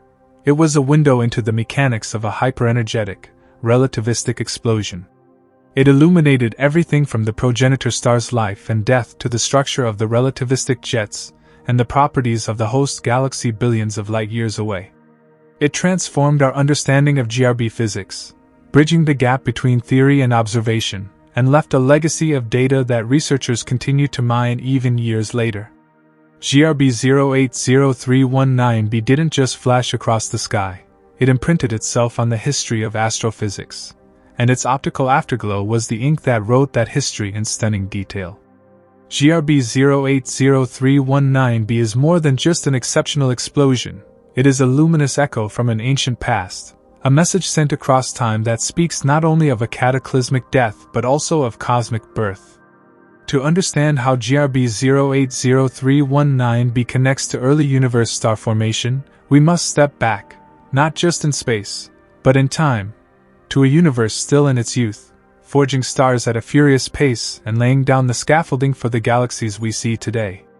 GRB 080319b, by virtue of its immense distance and energetic profile, became a kind of cosmic archaeologist tool, opening a brief but powerful window into the star-forming processes that shaped the universe more than 7 billion years ago. When the light from GRB 080319b reached Earth on March 19, 2008, it had been traveling for approximately 7.5 billion years.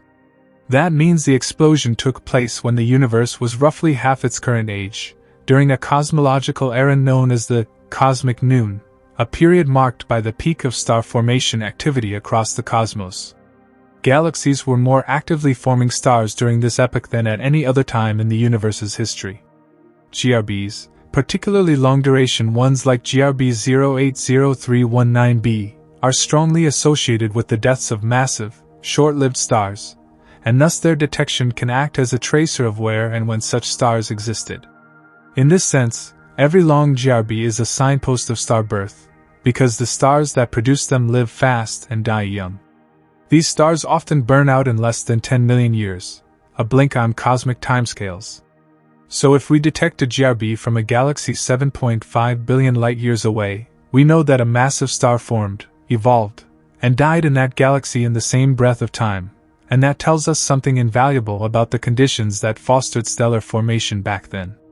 The host galaxy of GRB 080319b was found to be faint, compact, and relatively metal-poor, in line with a growing body of evidence suggesting that long-duration gamma-ray bursts prefer environments with low metallicity. This is important because it supports the theory that low metallicity conditions are crucial for the evolution of massive stars into GRB progenitors. In the early universe, galaxies were generally less chemically enriched than they are today. Stars formed from this relatively pristine gas lacked the heavy elements that drive strong stellar winds, allowing them to retain more mass and angular momentum, key ingredients in the collapsar model, which is the leading explanation for how GRBs form.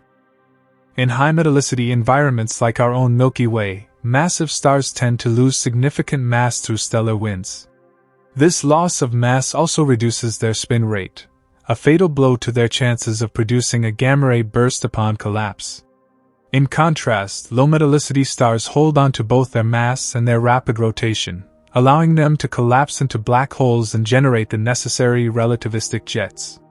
The characteristics of the GRB 080319b host galaxy perfectly match this scenario, making it a living laboratory for understanding what kinds of stars, and what kinds of environments, are capable of producing such colossal explosions. Furthermore, GRB 080319b's incredible brightness made it an ideal tool for probing intervening matter along its 7.5 billion year journey. As the light passed through the cosmic web, the vast network of gas and galaxies that fills the universe, it absorbed specific frequencies, leaving telltale absorption lines in the spectrum. By analyzing these lines, astronomers gained valuable data about the composition, density, and distribution of gas in the early universe. Essentially, the light from GRB 080319b was repurposed as a backlight, illuminating the structure of the cosmos at a time when galaxies were still assembling and the first generations of stars were forming. This is where GRB research begins to overlap with cosmology.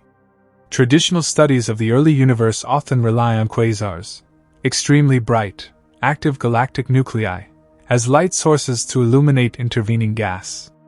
But quasars are rare and usually found in very specific environments. GRBs, by contrast, occur in a wider variety of galaxies, including those that may not host quasars. They also offer much shorter-lived but more intense flashes of light, enabling researchers to capture rapid-time observations of early universe structures. In some ways, GRBs like 080319b are more effective beacons for tracing the star formation history of the universe. Because long GRBs are so closely linked to the deaths of massive stars, their redshift distribution, how far away they are, is effectively a map of when massive stars were forming. GRB 080319b sits squarely in the middle of the most active epoch for star formation. Its detection helped reinforce the link between GRBs and this golden era, lending weight to the idea that studying these bursts can yield a statistically useful sample of high redshift star-forming regions. Moreover, GRB 080319b pushed the envelope in terms of what kinds of data could be collected from such a distant event. Its exceptional brightness allowed for high signal-to-noise ratio spectra even from relatively small telescopes. This allowed astronomers to not only determine the redshift with precision, but also to study the chemical composition of the interstellar medium within the host galaxy. These studies revealed hints of star-forming regions, the presence of young, hot stars, and relatively low metallicity, all consistent with early universe stellar nurseries. And there's a feedback loop to consider here. Understanding the environments in which GRBs occur helps refine models of star formation, which in turn help us predict where GRBs should be found. GRB 080319b, with its clear signature, powerful afterglow, and deep historical footprint, became a crucial data point in this feedback process. It was not merely a loud death cry of a giant star but a powerful clue about how those stars came to be in the first place. Perhaps even more profoundly, bursts like GRB 080319b allow astronomers to test theories about the very first stars, the population 3 stars, which are thought to have formed from pure hydrogen and helium just a few 100 million years after the Big Bang. While GRB 080319b was not from a population 3 star, its properties suggest what a GRB from such a star might look like: ultra-bright, highly energetic, and embedded in a low metallicity environment. If we can catch such a burst in the future, and if it is even brighter or farther away than 080319b, we may finally glimpse the death of the first generation of stars through the same gamma-ray window. In this sense, GRB 080319b wasn't just an endpoint. It was a flashbulb illuminating an ancient cradle of star formation, revealing the conditions in which some of the earliest galaxies, and possibly the seeds of future solar systems, were born. It told us that the processes that shaped the cosmos billions of years ago can still be observed today, through the eyes of a well-tuned telescope, pointed at just the right spot in the sky, at just the right moment in time. Gamma-ray bursts, GRBs, are among the most energetic and enigmatic phenomena in the cosmos. Their classification, though deceptively simple at first glance, opens a window into a broader understanding of how and why these cosmic events occur. To appreciate how GRB 080319b fits into this classification system, we must delve into the foundational methods by which scientists categorize gamma ray bursts, a system that continues to evolve as our observations become more precise and nuanced. At the heart of GRB classification is a single, measurable parameter, duration. When scientists first began detecting GRBs in the late 1960s, they noted that the bursts varied significantly in how long they lasted.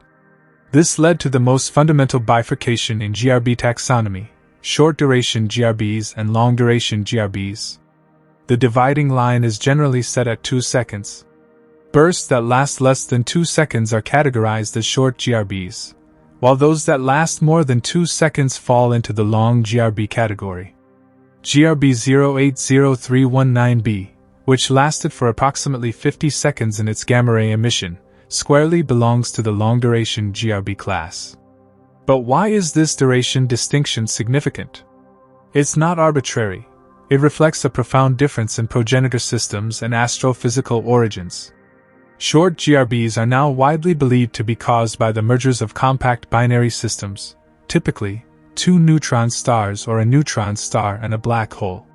When these dense remnants spiral into each other after millions or billions of years in orbit, they unleash an enormous burst of gamma rays lasting mere fractions of a second to a couple of seconds, often followed by faint or no optical afterglow. These bursts tend to occur in older galaxies, sometimes far from regions of active star formation. Long GRBs, by contrast, including GRB 080319b, are thought to originate from the collapse of massive, rapidly rotating stars, often greater than 20 to 30 times the mass of the Sun. These stars exhaust their nuclear fuel, can no longer support themselves against gravitational collapse, and implode into a black hole, releasing twin jets of relativistic particles and energy. This collapsar model aligns with the longer duration of the GRB as the jet drills through the outer layers of the star before escaping into space. However, duration is not the only feature used in classification. As scientists gathered more data, they realized that spectral hardness, the distribution of photon energies, also played a key role. Short GRBs tend to have harder spectra, meaning their gamma rays are higher in energy, while long GRBs are generally softer, with lower energy photons dominating. GRB 080319b, despite being extremely bright and energetic, displayed a softer gamma ray spectrum, consistent with the long-duration GRB profile.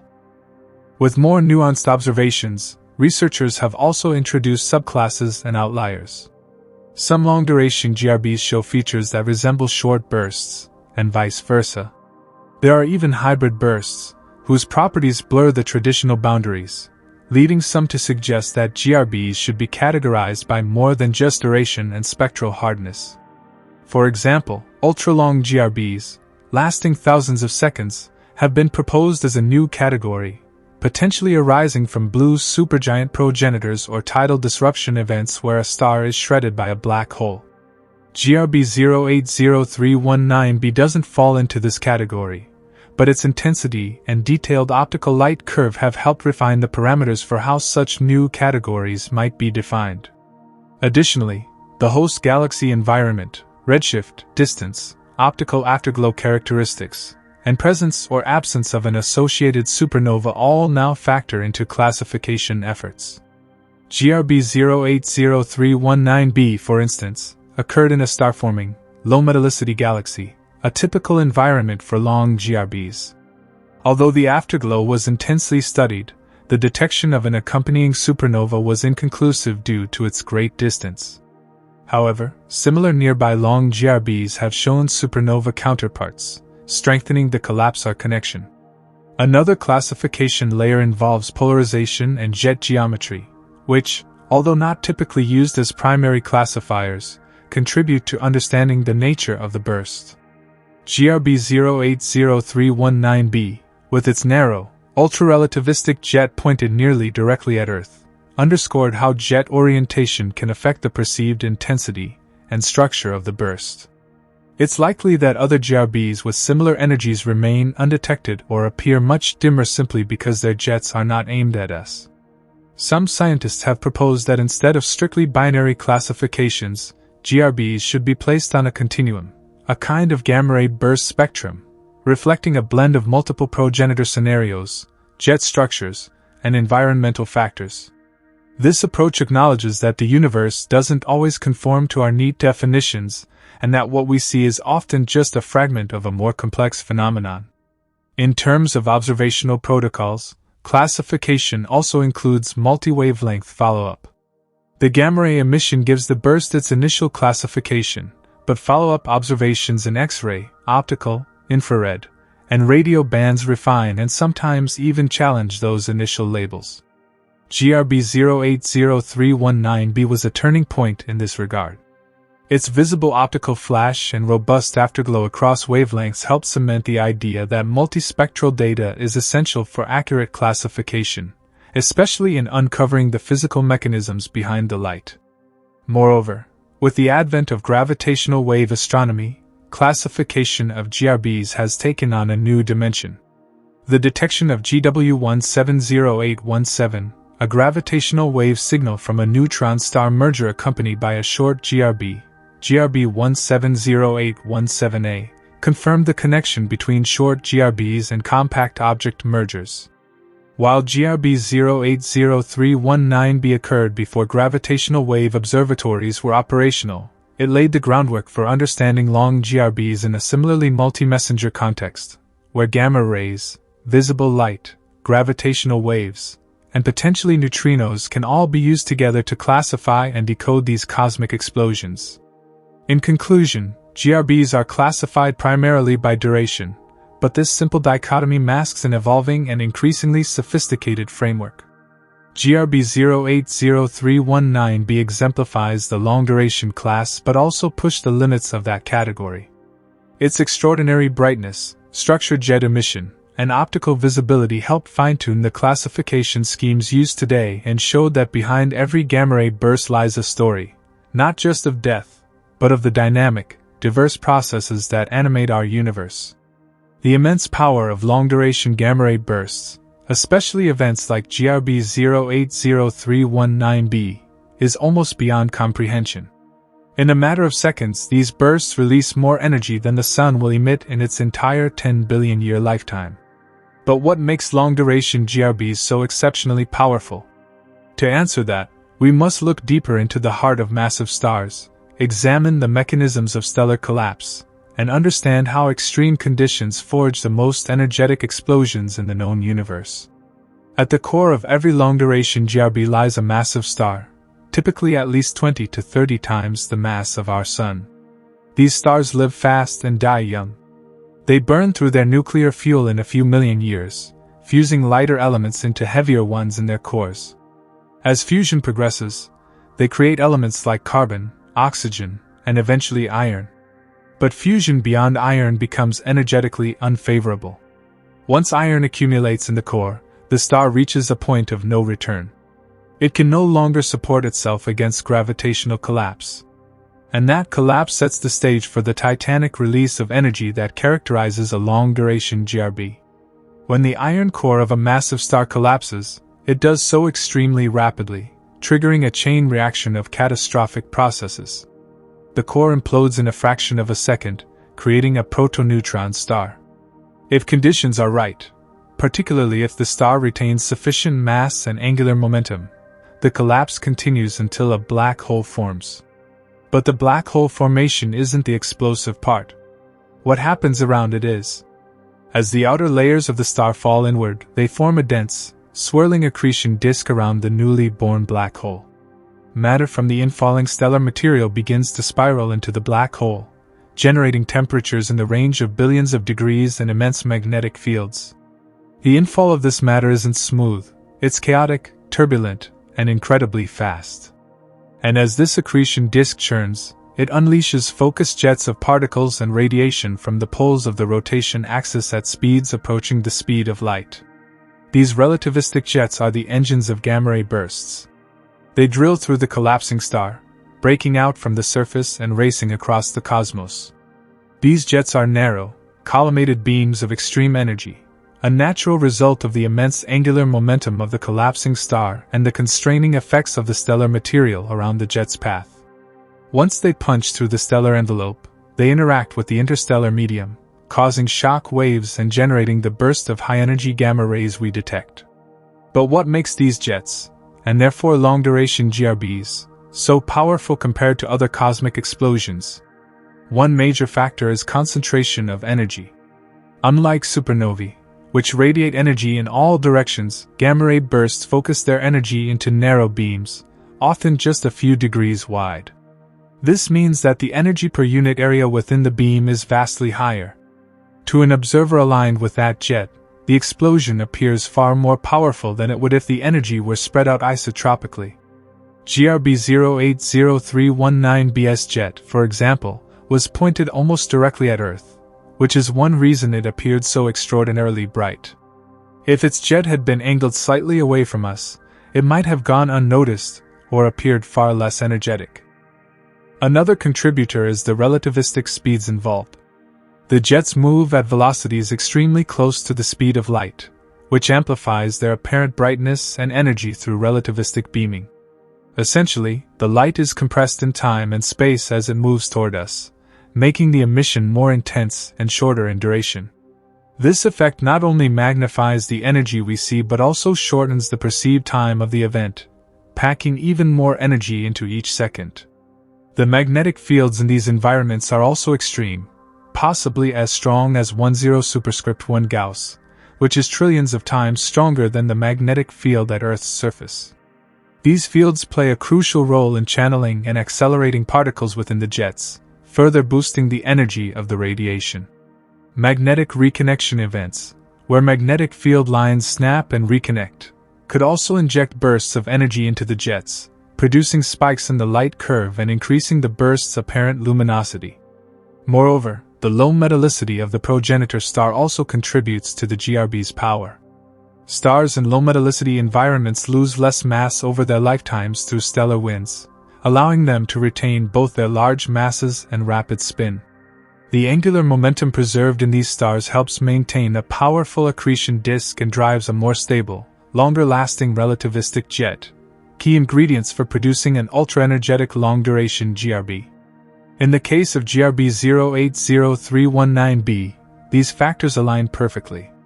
A massive, rapidly spinning, low-metallicity star collapsed into a black hole, forming a hyperaccreting disk that powered ultra-relativistic jets directly aimed at Earth. The jet had two components, a wide, mildly relativistic component and a narrow, highly focused core, both of which contributed to its astonishing brightness. The narrow component, with a Lorentz factor, a measure of relativistic speed, estimated to be greater than 1000, was responsible for the incredible intensity of the burst's central region, making GRB 080319b the brightest GRB ever detected from Earth. When scientists calculated the total isotropic equivalent energy, the energy the burst would have emitted if it had radiated equally in all directions, they found values exceeding 10 ergs. That's more than the sun's output over its entire life, released in under a minute. While the true energy was lower, due to the beaming effect, even the corrected estimate places the total output of GRB 080319b among the most energetic events ever observed. These immense energies aren't just fascinating, they're essential. They allow GRBs to be detected from vast distances, making them among the most useful cosmic beacons in the observable universe. Their brightness allows astronomers to study the early universe, map out the distribution of matter across billions of light years, and even test the laws of physics under the most extreme conditions imaginable. In short, long-duration gamma-ray bursts are so powerful because they're the endgame of nature's most massive and extreme stars. Their power comes from the combined fury of gravitational collapse, relativistic speeds, magnetic energy, and focused emission. They are not just explosions, they are precision-engineered cosmic weapons of light and radiation, honed by the universe to deliver brief but overwhelming flashes of energy. And GRB 080319b was the most vivid demonstration of that process that humanity has ever witnessed. When GRB 080319b erupted in March 2008, It did more than briefly illuminate the night sky. It shattered expectations. It didn't merely add another point to the catalog of long-duration gamma-ray bursts. It completely disrupted prevailing theories about how these events behave, how bright they can get, and how their energy is structured and released. GRB 080319b wasn't just brighter, it was impossibly brighter, and its anomalous features pushed astrophysicists to re-examine long-held assumptions about the physics of gamma-ray bursts, relativistic jets, and even stellar death itself.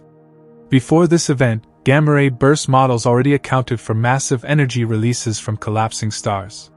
The collapsar model, in which a rapidly spinning massive star collapses into a black hole and emits twin jets of high-energy radiation, had gained wide acceptance.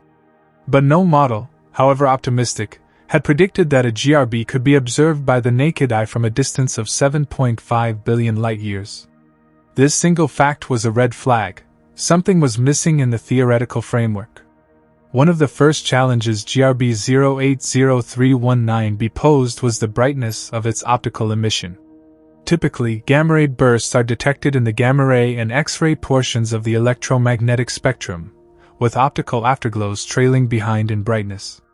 However, in the case of GRB 080319b, the optical counterpart flared simultaneously with the gamma-ray emission, and it was not just detectable, it was visible without a telescope, reaching a peak apparent magnitude of 5.3. That's nearly unheard of.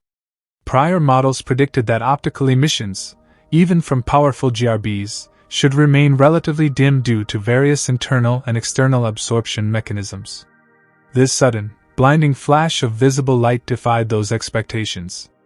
The reason behind this brightness, as revealed by data analysis, was the extreme collimation of the burst's relativistic jet. But here again, GRB 080319b introduced a new twist, not one, but two distinct components in the jet structure. Until that point, GRB models generally assumed a single, uniformly relativistic outflow. But the double-component jet of GRB 080319b included a narrow, ultra-relativistic core, embedded within a wider, slower-moving sheath.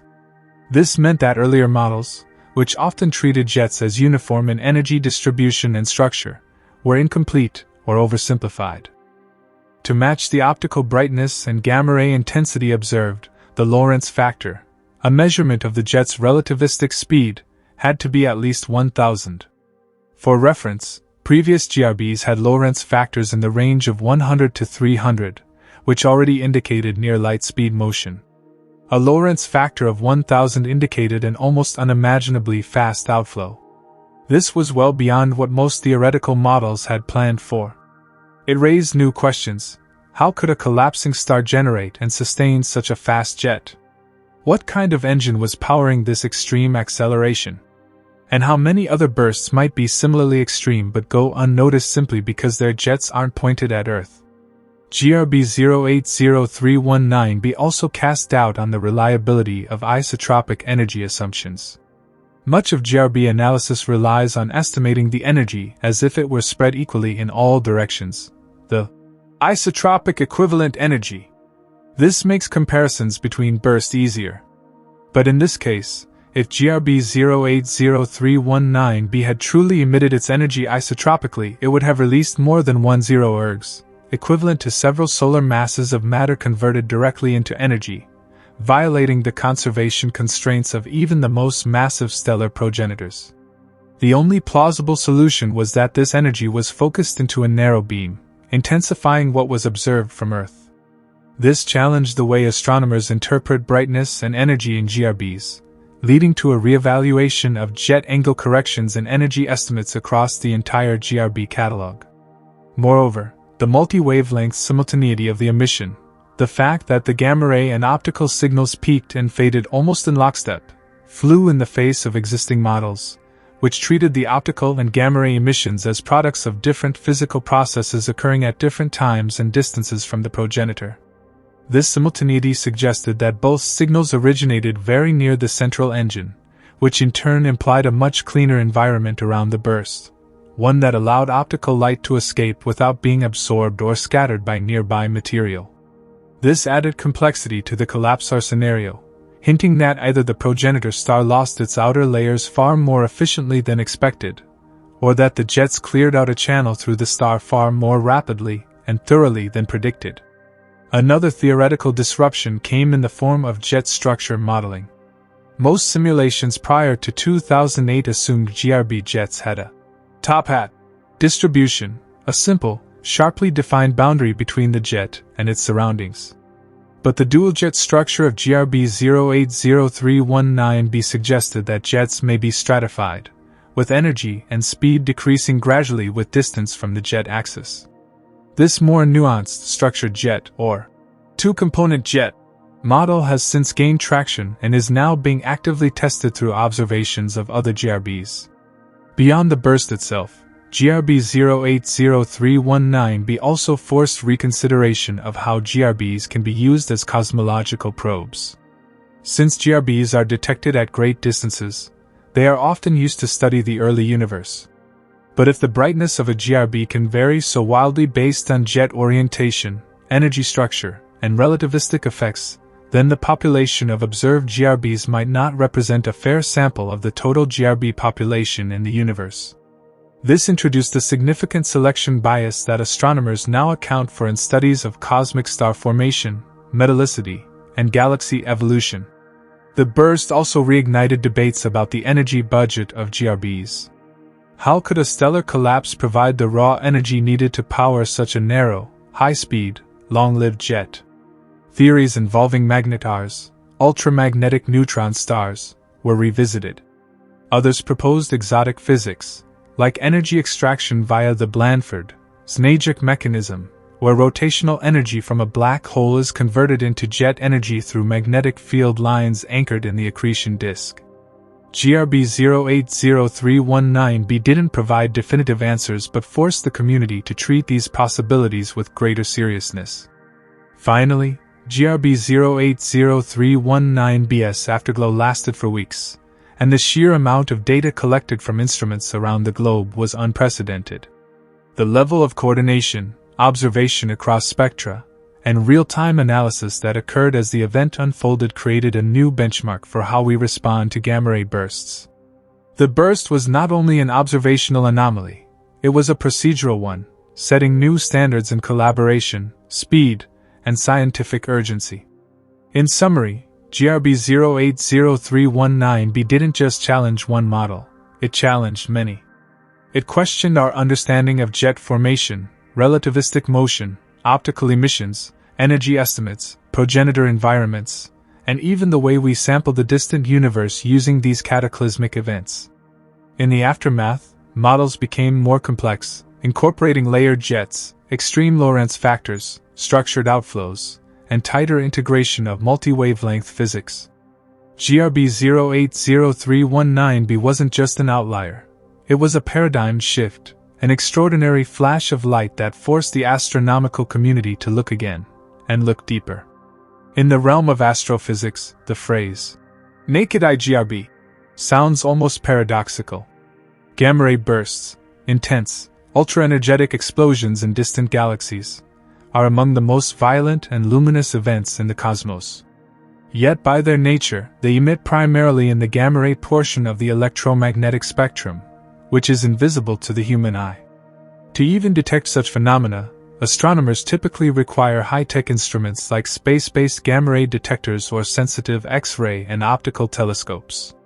So, when a gamma-ray burst earns the label naked-eye GRB, it's not just a linguistic novelty. It signifies an event so astonishingly powerful that it crosses the threshold of human perception, even across billions of light years. This makes such an occurrence phenomenally rare. To define it precisely, a naked-eye GRB refers to a gamma-ray burst whose optical counterpart, the portion of the light emitted in visible wavelengths, is bright enough to be seen without the aid of a telescope or binoculars, solely with the unaided human eye. In quantitative terms, the human eye under ideal dark sky conditions can typically detect stars down to an apparent magnitude of about +6. For a GRB to be considered a naked eye event, its optical brightness must surpass this threshold, meaning it must shine at a magnitude of +6 or brighter during its brief flash. That brings us to GRB 080319b, the only gamma ray burst in recorded history that clearly meets this criterion. At its peak, the optical emission from GRB 080319b reached a magnitude of 5.3, well within the visibility range of the unaided eye and even comparable to some of the faintest stars visible in a suburban sky. But what makes such an event so rare? To answer that, we must consider several interlocking astronomical and physical conditions that must all be met, an extremely unlikely confluence of circumstances. First and foremost is distance. GRBs generally occur in far-off galaxies, many billions of light-years away. GRB 080319b, for instance, occurred approximately 7.5 billion light-years from Earth, more than halfway across the observable universe. For any object to be visible to the naked eye from such a distance, it must release an extraordinary amount of energy, and direct that energy in a highly focused way. Most GRBs are simply too far and too faint in the optical spectrum to ever approach naked eye visibility. Second is the orientation of the jet. Gamma ray bursts are not isotropic explosions. They do not radiate energy uniformly in all directions like a supernova might. Instead, they emit energy in two extremely narrow, collimated jets. These jets cover only a tiny fraction of the sky, so unless one of them is aimed almost directly at Earth, we will not observe the full force of the burst. GRB 080319b's jet was oriented in such a way that we were staring almost directly down the barrel of one of its relativistic beams. This nearly perfect alignment is rare in itself and is a prerequisite for any GRB to appear unusually bright. Third is the composition and structure of the jet. As discussed in earlier segments, GRB 080319b exhibited a unique two-component jet structure, a narrow, ultra-relativistic core surrounded by a wider, slower-moving sheath. The inner core likely contributed disproportionately to the burst's brightness, producing optical and gamma ray emissions that were much stronger than usual. Most GRBs do not exhibit this kind of structure, or at least we have not observed it in others with the same clarity, which limits the number of candidates capable of achieving naked eye status. Fourth is the transparency of the progenitor's environment. For visible light to reach Earth, it must pass through any material surrounding the collapsing star, stellar debris, gas clouds, and interstellar dust. In many cases, this material absorbs or scatters the visible light before it can escape. GRB 080319b appears to have occurred in a relatively clean environment, allowing a large amount of optical light to radiate outward without being absorbed or extinguished. Fifth is timing and observational opportunity. Even if a GRB is theoretically bright enough to be seen with the naked eye, it might occur during the day, on the far side of Earth, or during poor weather conditions, rendering it practically invisible to any ground-based observer. GRB 080319b occurred in the early morning hours over the Americas, at a time when several telescopes were actively scanning the region of sky where it emerged. The opportunity to witness a GRB this bright under clear skies is statistically rare, even assuming the event itself occurs. The term, naked eye GRB, thus becomes a label for a cosmic miracle of sorts, an extremely powerful gamma ray burst that occurs at just the right distance, with just the right orientation, jet composition, environmental transparency, and earthly conditions, allowing it to become briefly visible to an unaided human observer. It's the astronomical equivalent of threading a cosmic needle. That's why in decades of gamma ray burst observations, with over 1,000 GRBs catalogued, only one has ever clearly qualified for this status. To put this rarity into context, the observable universe likely hosts thousands of gamma ray bursts every year. However, only a tiny fraction of these are aligned such that their jets point toward Earth. Of those, only a small subset occur in low-dust environments with significant optical emissions. Fewer still peak in brightness at or above the naked eye visibility threshold. And even then, they must happen in skies visible from populated regions of Earth under clear viewing conditions. It's a cosmic lottery with astronomical odds. Furthermore, It's worth noting that had GRB 080319b occurred in a slightly different part of the sky or at a different time of day, we might never have recognized it as a naked-eye GRB at all. Its visibility was fleeting, lasting for roughly 30 seconds before fading below the detection threshold of unaided human vision. In that brief window, the universe offered a rare spectacle, like a supernova that flares and dies in the blink of an eye. Since then, astronomers have continued to search for other naked-eye GRBs, but none have matched the optical magnitude or overall brilliance of GRB 080319b. Some bursts have been bright in the optical range, reaching magnitudes of 9 or 10, which is still incredibly luminous for something billions of light-years away, but they fall short of crossing the line into visibility by human eyes alone. And so the term, naked-eye GRB, has become almost synonymous with GRB 080319b itself, a phrase used not only to describe a type of event, but also to memorialize the rarest burst ever seen, one that bridged the invisible high-energy universe with the everyday experience of human vision. It serves as a reminder that even the most exotic, high-energy astrophysical events can, under the most extreme and specific conditions, touch the realm of human perception directly. If a gamma-ray burst like GRB 080319b were to occur within our own Milky Way galaxy, the consequences could be staggering, potentially catastrophic, not only for astronomy, but for life on Earth itself. While GRB 080319b dazzled observers from its safe distance of 7.5 billion light-years, bringing no danger to our planet, the scenario changes dramatically if such an event unfolds closer to home. A gamma-ray burst occurring within the Milky Way, particularly with one of its ultra-relativistic jets aimed directly at Earth, would constitute a rare but existential astrophysical threat. Let's begin with scale. GRB 080319b released more energy in a few seconds than the Sun will emit over its entire 10 billion-year lifetime. But because of the collimated nature of GRB jets, narrow beams of radiation moving at nearly the speed of light, the destructive potential becomes magnified for anything in the direct path. At cosmological distances, the energy spreads over vast expanses and poses no harm. But if the same burst were to occur just a few thousand light-years away, that energy would reach Earth with enough intensity to disturb, or even destroy, our biosphere. The degree of destruction depends on several variables, including proximity, beam orientation, and the composition of Earth's atmosphere. The most conservative estimates suggest that a gamma-ray burst located within roughly 6,000 to 10,000 light-years of Earth could inflict severe atmospheric consequences if its beam were aimed directly at us. Within this range, a GRB would not need to be exceptionally powerful like GRB 080319b to wreak havoc. But one with comparable power, tightly collimated and on target? That would be the equivalent of pointing a cosmic death ray directly at Earth. The first major effect would be on the ozone layer, Earth's protective shield against harmful ultraviolet, UV, radiation from the Sun. High-energy gamma rays interact with nitrogen molecules in the upper atmosphere, breaking them apart and forming reactive nitrogen oxides, such as nitric oxide, NO, and nitrogen dioxide, NO2. These compounds catalyze the breakdown of ozone, O3, reducing the layer's thickness dramatically in a matter of days or weeks. A sufficiently intense GRB could deplete the ozone layer by 50% or more, with some models projecting global averages closer to 60 to 70% in extreme cases.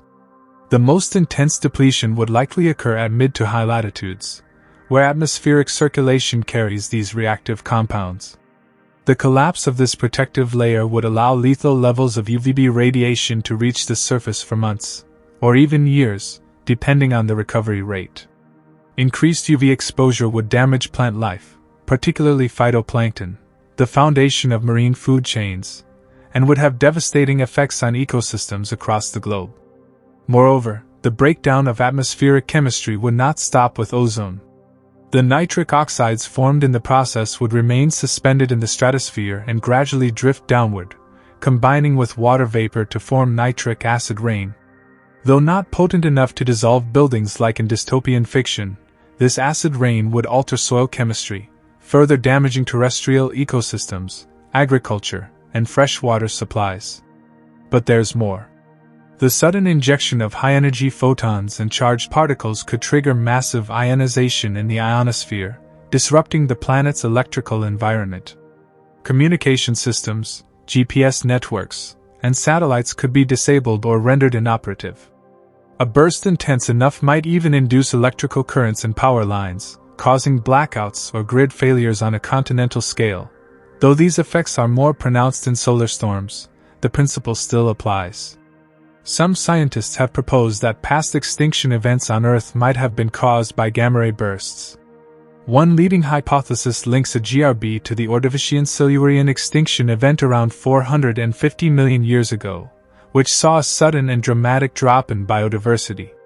Geological evidence suggests a rapid climate shift possibly triggered by ozone depletion and increased UV exposure, hallmarks of a gamma-ray impact. While the evidence is not conclusive, it underscores the real possibility that gamma-ray bursts have affected Earth's biosphere in deep time. If a GRB like 080319b occurred just a few thousand light-years away with a jet aimed at Earth, the visible sky would light up like a second sun, but only for seconds or minutes. The optical flash might be visible even during daylight.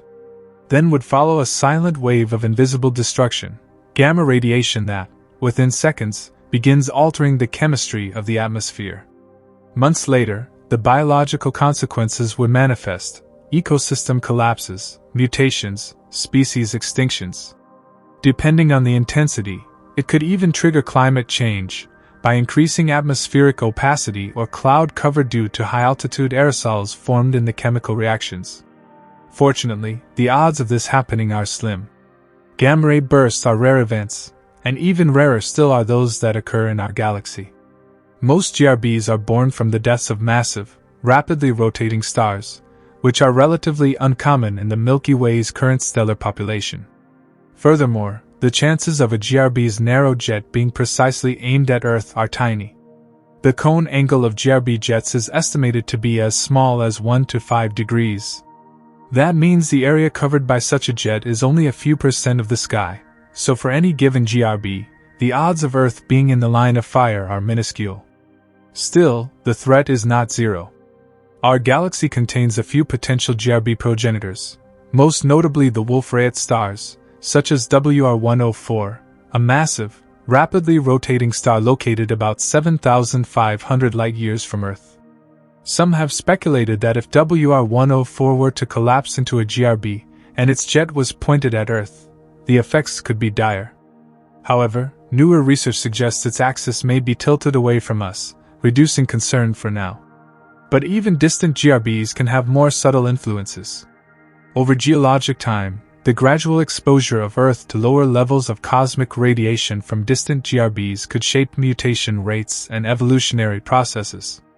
It's a humbling reminder that life on Earth, for all its complexity, exists within a delicate balance, protected not only by magnetic fields and ozone layers but also by sheer astronomical luck. A gamma-ray burst within the Milky Way wouldn't necessarily obliterate Earth like a sci-fi Death Star, but it would present one of the most serious natural threats imaginable, disrupting climate, damaging ecosystems, and potentially causing a mass extinction. It would be an astronomical event with truly terrestrial consequences, illustrating just how deeply interconnected the universe is with the fragile thread of life on our planet. In that context, GRB 080319b serves as both a scientific marvel and a cosmic warning, a distant beacon showing us what could happen if the universe ever turned its most powerful weapon our way. The effects of gamma-ray bursts on life on Earth, while rarely discussed in day-to-day conversations, represent one of the most profound and terrifying natural threats in the universe. These bursts are not only distant light shows or interesting data points for astrophysicists. They are powerful agents of change, capable of affecting our planet's biosphere, atmosphere, and climate in ways few natural phenomena can. And though GRB 080319b occurred a safe 7.5 billion light-years away, its raw power gives us a chilling glimpse into what a gamma-ray burst, even from a much closer distance, could do if Earth were ever caught in the path of one. First, it is crucial to understand that gamma rays are the most energetic form of electromagnetic radiation. Unlike visible light, which is gentle and largely harmless to life, gamma rays carry billions of times more energy per photon. They can break molecular bonds, ionize atoms, and fundamentally disrupt biological and chemical processes. If a GRB's jet were to sweep across Earth, even from several thousand light-years away, its intense radiation could compress decades of environmental damage into mere moments. One of the most immediate and devastating effects would be the destruction of Earth's ozone layer. The ozone layer, which lies within the stratosphere at altitudes of 10 to 50 kilometers, acts as a natural shield by absorbing most of the sun's harmful ultraviolet (UV) radiation. Gamma rays, upon hitting the upper atmosphere, would initiate a cascade of photochemical reactions. Specifically, they would break apart nitrogen, N2, and oxygen, O2, molecules, leading to the production of nitrogen oxides, NO and NO2. These reactive molecules would then catalyze the destruction of ozone, O3, through a chain reaction. What makes this particularly devastating is that even a modest gamma-ray burst, occurring within our galaxy, could strip away a significant portion, potentially over 50%, of the ozone layer. In some scenarios modeled by atmospheric scientists, the ozone depletion could reach 70%, lasting for years before it recovers. During this time, UVB radiation from the sun would flood Earth's surface unchecked, significantly increasing the risks of skin cancer, cataracts, and immune system suppression in humans. But humans wouldn't be the only victims. Plant life, especially phytoplankton, would suffer massively. Phytoplankton are microscopic organisms that form the foundation of the oceanic food chain. They perform photosynthesis and contribute substantially to Earth's oxygen production. Increased UV exposure would impair their photosynthetic efficiency, leading to massive die-offs. This would ripple up the marine food chain, affecting fish, seabirds, and larger predators, including humans who rely on the ocean for sustenance. Terrestrial ecosystems wouldn't be spared either. Crops would experience reduced growth rates, mutations, or outright failure. Insects, many of which are highly sensitive to UV radiation, would experience sharp declines, upsetting pollination cycles and collapsing entire food webs. Forests might see young plant shoots scorched by UV light before they can mature. The biosphere as a whole would be thrown into turmoil. Gamma-ray bursts could also induce climate change. The nitrogen oxides formed in the atmosphere would eventually combine with water vapor to create nitric acid, HNO3, leading to acid rain. Though not acidic enough to melt buildings or destroy forests on contact, it could still leach nutrients from soil and disrupt aquatic ecosystems. Moreover, the chemical reactions triggered in the upper atmosphere would likely inject large amounts of aerosols, tiny particles that reflect sunlight, into the stratosphere. This could lead to a temporary global cooling effect, similar to what happens after large volcanic eruptions. Historical events like the Year Without a Summer in 1816, caused by the eruption of Mount Tambora, illustrate how even short-term climate anomalies can lead to famine and societal stress. Some scientists suggest that GRBs may have played a role in mass extinction events in Earth's distant past. The Ordovician, Silurian extinction, which occurred around 450 million years ago, is a candidate. This extinction wiped out approximately 85% of marine species, and geological evidence points to a sudden drop in temperature and biodiversity.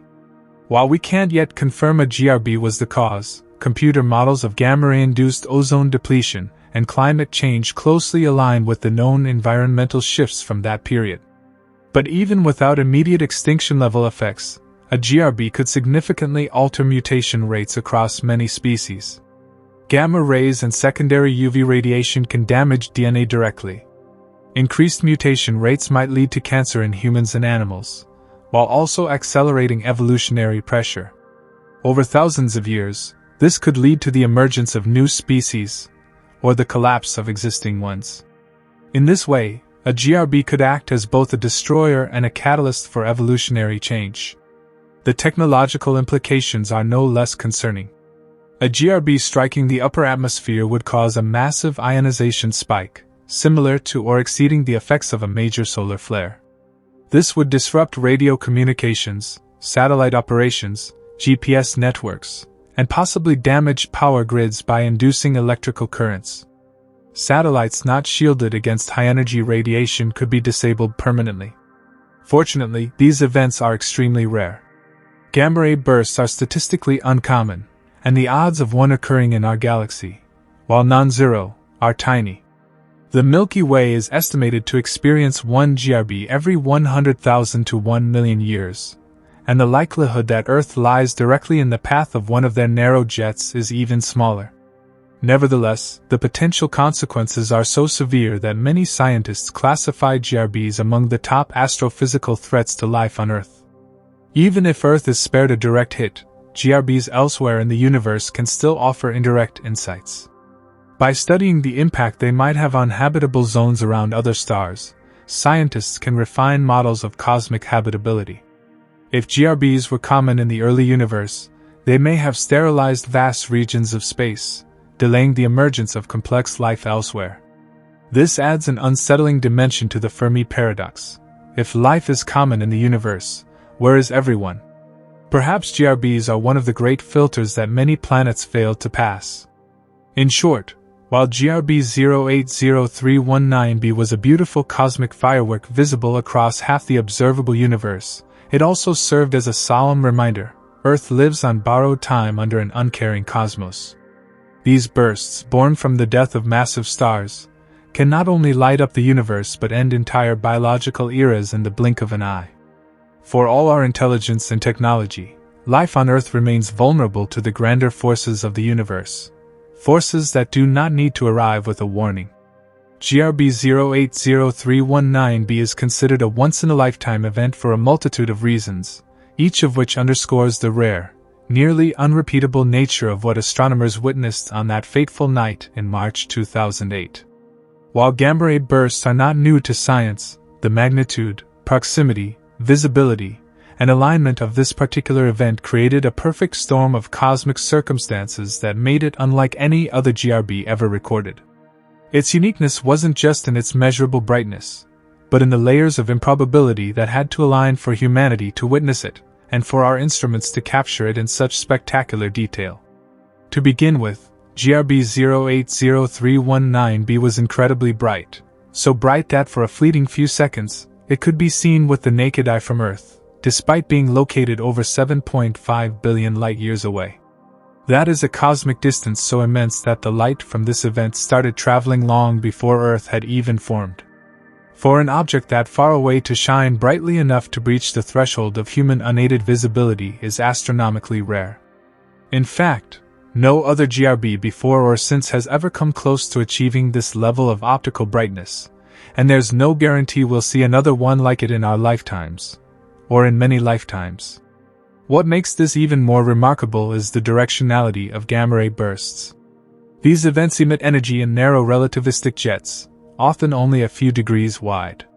This means that for Earth to see the full fury of a GRB, we must be located exactly within the line of fire. Even a small deviation in jet orientation would have caused GRB 080319b to appear dramatically dimmer, or not at all. The odds of one of these tightly focused beams being aimed directly at Earth, especially from a distance of several billion light-years, are incredibly small. It's akin to throwing a dart from across the solar system and hitting a bullseye no larger than a pinhead. Moreover, GRB 080319b didn't just align perfectly. It also occurred during a time when Earth's telescopes, both space-based and ground-based, were watching. The Swift satellite, built specifically to detect gamma-ray bursts, happened to be monitoring that exact region of the sky when the burst erupted. Swift's Burst Alert telescope detected the event and immediately repositioned its X-ray and UV/optical telescopes to capture follow-up data. Meanwhile, a ground-based robotic telescope in Chile operated by the Raptor, Rapid Telescopes for Optical Response, project was already observing the same portion of the sky as part of a routine survey. This extraordinary coincidence allowed astronomers to capture the entire life cycle of the GRB's visible light curve in real time, from the initial burst to the gradual fading of the afterglow.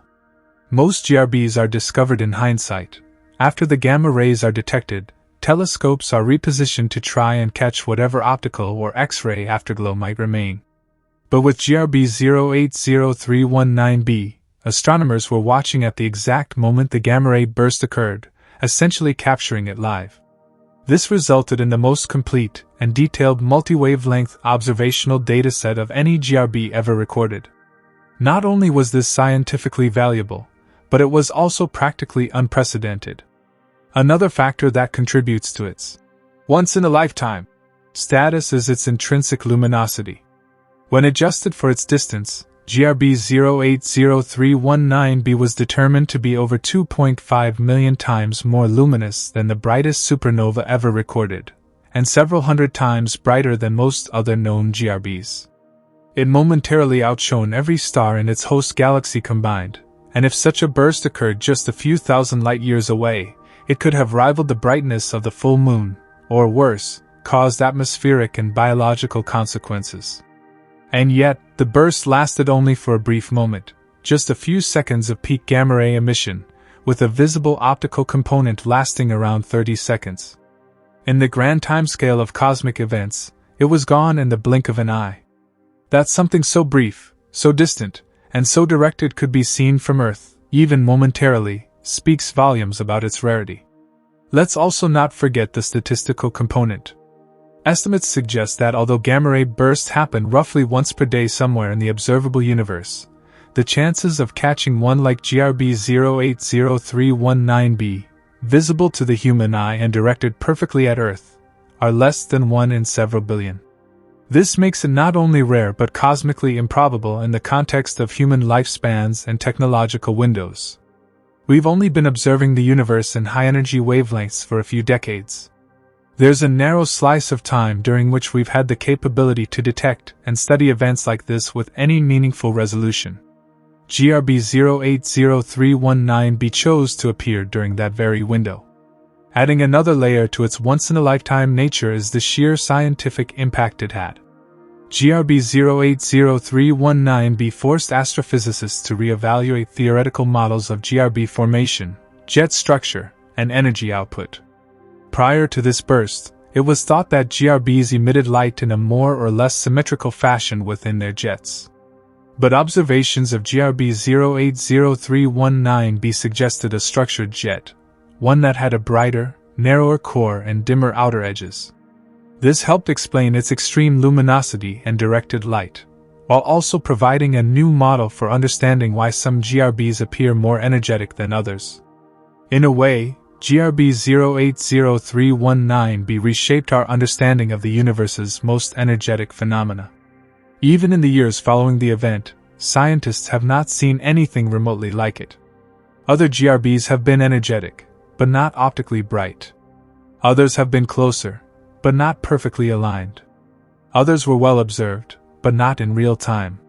GRB 080319b remains the only one to check every box. Extremely bright, well-aligned, well-observed, and visible without the aid of a telescope. The phrase, "once in a lifetime," is often used loosely, but in this case, it might actually be an understatement. Given the odds, this could well be a once-in-a-civilization event. Humanity may not witness another GRB like this for tens of thousands of years, if ever. And even if such a burst occurs again, it may not be observable. It might happen on the far side of Earth, be obscured by daylight, weather, or occur in a part of the sky we aren't monitoring. For those lucky enough to have witnessed it, or even just to have been alive when it happened, GRB 080319b stands as a humbling reminder of how vast and unpredictable the cosmos can be. It lit up the universe not only with energy, but with knowledge. It told us what stars are capable of when they die violently, how the universe allows for such extremes of light and power, and just how small and fortunate we are to catch a glimpse of it all. The incredible spectacle of GRB 080319b, the brightest gamma-ray burst ever recorded, was due in large part to the mind-bending speeds at which its relativistic jets traveled. These jets, composed of plasma and high-energy particles, were ejected from the collapsing core of a massive star at nearly the speed of light. The term, relativistic, in this context isn't just a poetic descriptor, It signifies that these jets were moving at velocities so close to the speed of light that the laws of classical physics no longer apply, and only the framework of Einstein's theory of relativity can describe their behavior accurately. To grasp the magnitude of this, imagine material, tons upon tons of it, being accelerated from 0 to over 99.9999% the speed of light in mere fractions of a second. In terms of numbers, this means the jet material was moving at approximately 299,792,457 meters per second, just a hair's breadth below the universal speed limit set by light in a vacuum, which is 299,792,458 meters per second. At these speeds, time dilates, mass increases, and the physics of motion enter a realm where normal intuitions no longer hold. This velocity is what allowed the energy of the gamma-ray burst to be so tightly concentrated and beamed so effectively across billions of light-years of space directly to our instruments, and briefly, to our eyes. These jets weren't just fast, they were collimated, meaning they were narrowly focused into beams only a few degrees wide. The extreme collimation increased the perceived brightness for any observer who happened to be directly in the jet's path, such as Earth. In fact, one of the reasons GRB 080319b was visible to the naked eye was precisely because one of these relativistic jets was aimed almost perfectly toward our planet, allowing the full intensity of the event to reach us with minimal dispersion. The narrow beam, combined with such immense speed, acted like a cosmic laser pointer cutting through the fabric of space-time. But how do scientists determine the speed of these jets? They do so by examining the light curves and afterglows across various wavelengths, radio, optical, X-ray, and gamma-ray, and fitting them to theoretical models. The deceleration of the jet as it interacts with surrounding interstellar material produces an evolving afterglow, whose timing and brightness depend heavily on how fast the jet was initially traveling. Observations of GRB 080319b revealed that the early optical afterglow peaked quickly and then decayed in a pattern consistent with ultra-relativistic speeds, faster than those observed in nearly all other GRBs to date. There's also evidence that GRB 080319b may have had a structured jet, consisting of a narrow, ultra-relativistic core surrounded by a slower-moving sheath. This two-component jet model helps explain why the burst appeared so bright from Earth. The inner jet, with speeds almost indistinguishable from the speed of light, was pointed directly at us, magnifying the apparent brightness. This inner core is believed to have had a Lorentz factor, a measure of how relativistic the motion is, of over 1,000, which is enormous. For context, most GRBs are thought to have Lorentz factors ranging from 100 to 500. A factor of 1,000 indicates that the kinetic energy involved was absolutely staggering, and that the emitting material was moving with a velocity so high that, from our perspective, time would appear to slow down drastically for anything caught in the flow of that jet. And yet, even at these speeds, the jet wasn't traveling through empty space. It had to tunnel through the dense stellar envelope of the collapsing progenitor star. This means the jet began within the core of the star and blasted its way outward, creating a channel through the outer layers of gas and dust, all while maintaining its tightly focused, ultra-relativistic nature. That feat alone is astonishing. The ability of the jet to maintain such coherence while plowing through material is a testament to the unimaginable forces at play during such a stellar explosion. These speeds also played a pivotal role in the sheer violence and visibility of the burst. The faster the material in the jet, the greater the energy of the gamma rays produced. Gamma rays are generated through processes like internal shocks, where faster material overtakes slower ejecta, and synchrotron radiation, where charged particles spiral around magnetic field lines at relativistic speeds. All of these phenomena depend critically on the velocity of the material, and GRB 080319b set a new benchmark in this regard. Moreover, such speeds also explain why the burst was so brief yet so luminous. Because of time dilation effects, the entire process appeared to unfold more quickly from our perspective. What took seconds from Earth's vantage point may have taken longer in the frame of reference of the particles involved. These effects also allowed astronomers to measure physical properties of the event that would be impossible if the material were moving at subrelativistic speeds. In essence, the relativistic nature of the jets turned GRB 080319b into a cosmic laboratory for studying extreme physics, including the boundaries of particle acceleration and energy transfer in high-energy astrophysical environments. The speed of the jets also has implications for the shape and size of the observable afterglow. Because the jets were moving so quickly, their emission was beamed into a narrow cone. This means that as the jets decelerated and their energy spread out, the observable region widened, revealing different layers of the jet structure over time.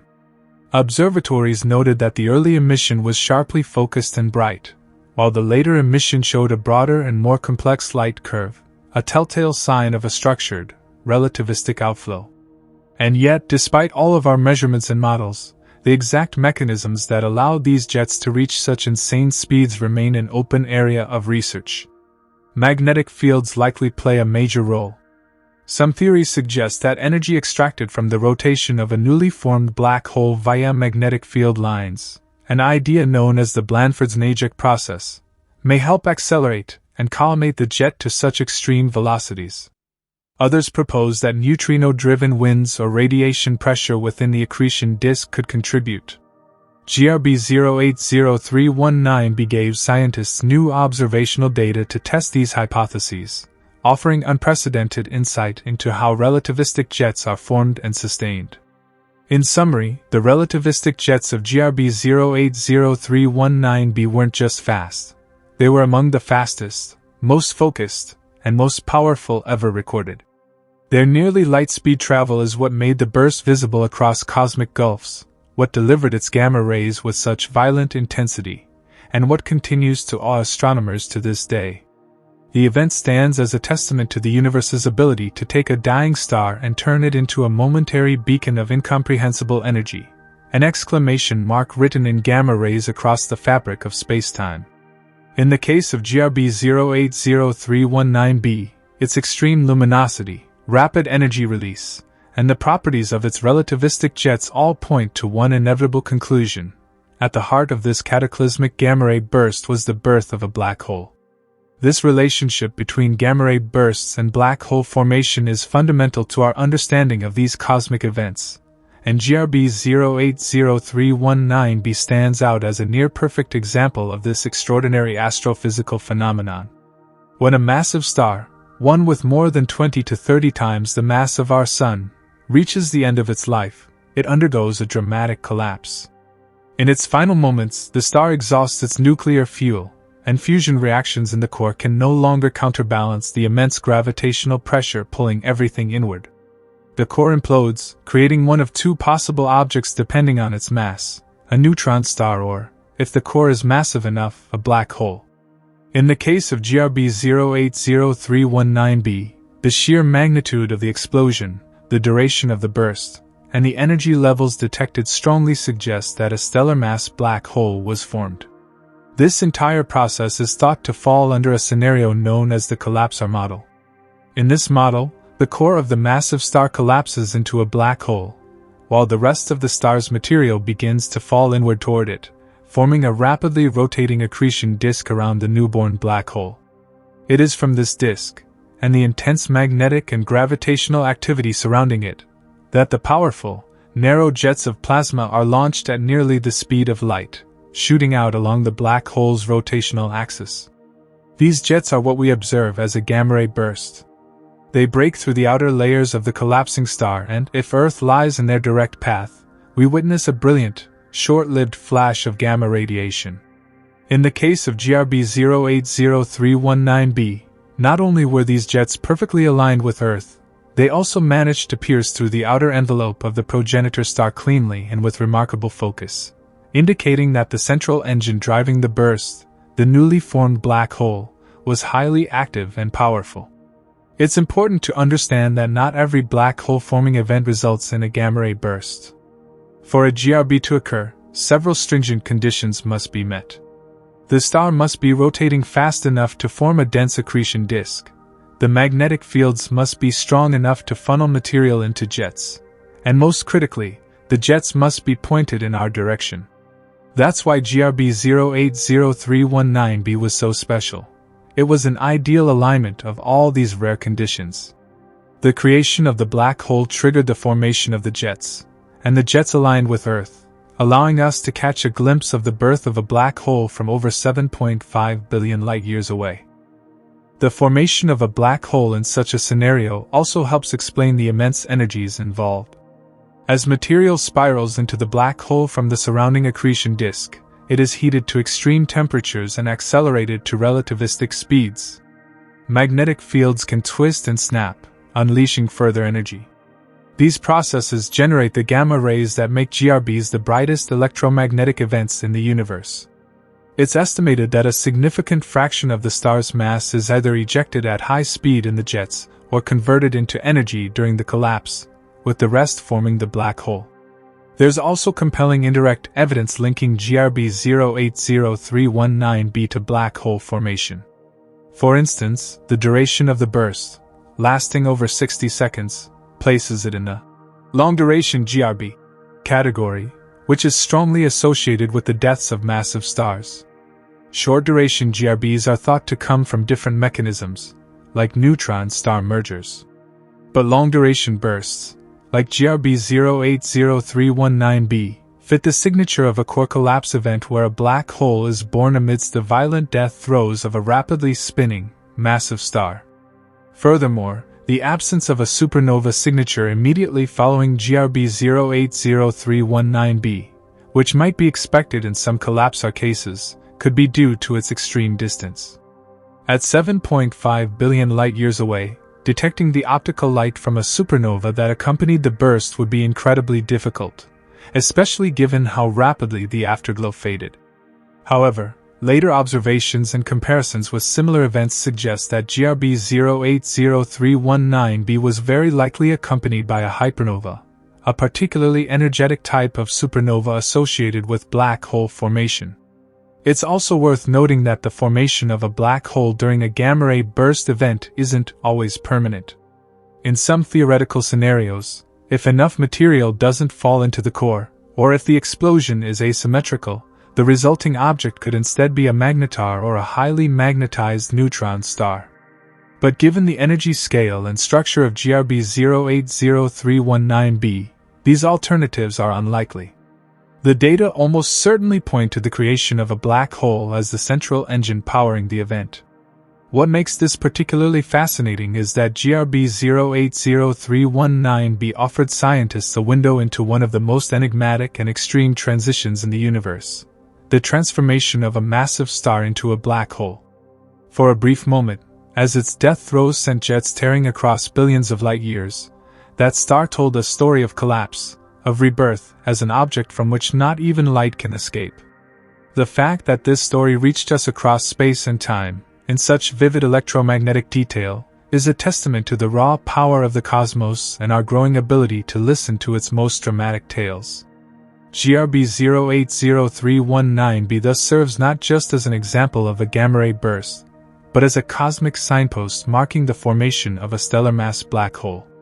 Its signals, etched in gamma rays and trailing optical afterglows, continue to inform our models of how stars die, how jets form, and how black holes are born. It reminds us that black holes are not only endpoints in the life of stars but also engines capable of sculpting some of the most luminous and awe-inspiring phenomena in the observable universe.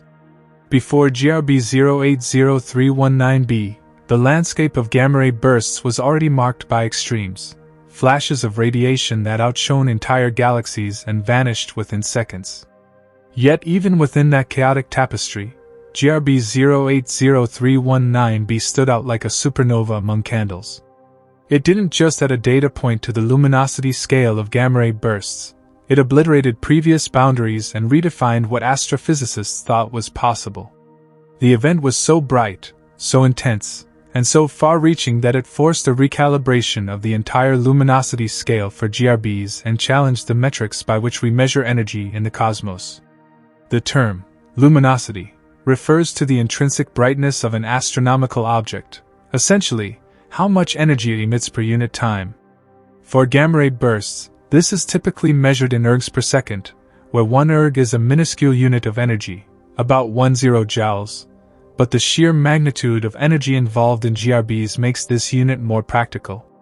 Prior to GRB 080319b, the upper estimates of isotropic luminosities, the total emitted energy assuming the radiation is the same in all directions, for gamma-ray bursts hovered around 10 superscript 3 ergs per second, already a number staggering enough to dwarf the Sun's entire lifetime output in just seconds.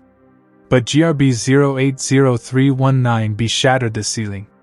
Estimates for GRB 080319b's peak isotropic luminosity suggest values of approximately 1.3x10 ergs per second, making it the most luminous gamma-ray burst ever observed up to that point.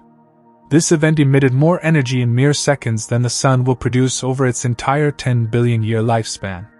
That level of power was not just surprising, it was paradigm-shifting. But here's where things get even more dramatic. This was the apparent isotropic luminosity, meaning it assumes the gamma rays were emitted uniformly in all directions. In reality, gamma-ray bursts like GRB 080319b are highly beamed, meaning the radiation is concentrated into narrow jets. When corrected for this beaming factor, the true energy output is significantly less than the isotropic equivalent, but the apparent brightness is vastly amplified if one of those jets is pointed directly at Earth, as was the case here. This amplification allowed GRB 080319b to be visible to the naked eye despite occurring 7.5 billion light-years away. The universe itself had to contort around the mathematics of such intensity, prompting researchers to reconsider not just how GRBs behave, but how they're classified, modeled, and detected. The implications were immediate.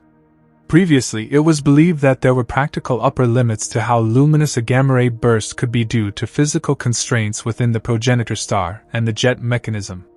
GRB 080319b expanded those limits, suggesting that under the right conditions, a fast-spinning, low-metallicity massive star collapsing into a black hole with ultra-relativistic jets pointed directly at Earth, a burst could reach or exceed luminosities previously thought unattainable. Moreover, the event sparked a re-evaluation of gamma-ray burst luminosity functions, the distributions used to estimate how common bursts of different brightness levels are.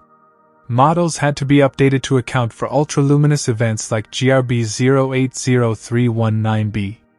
This also affected predictions about how often we might expect to see similar bursts, and how far back in cosmic history such energetic events could have occurred.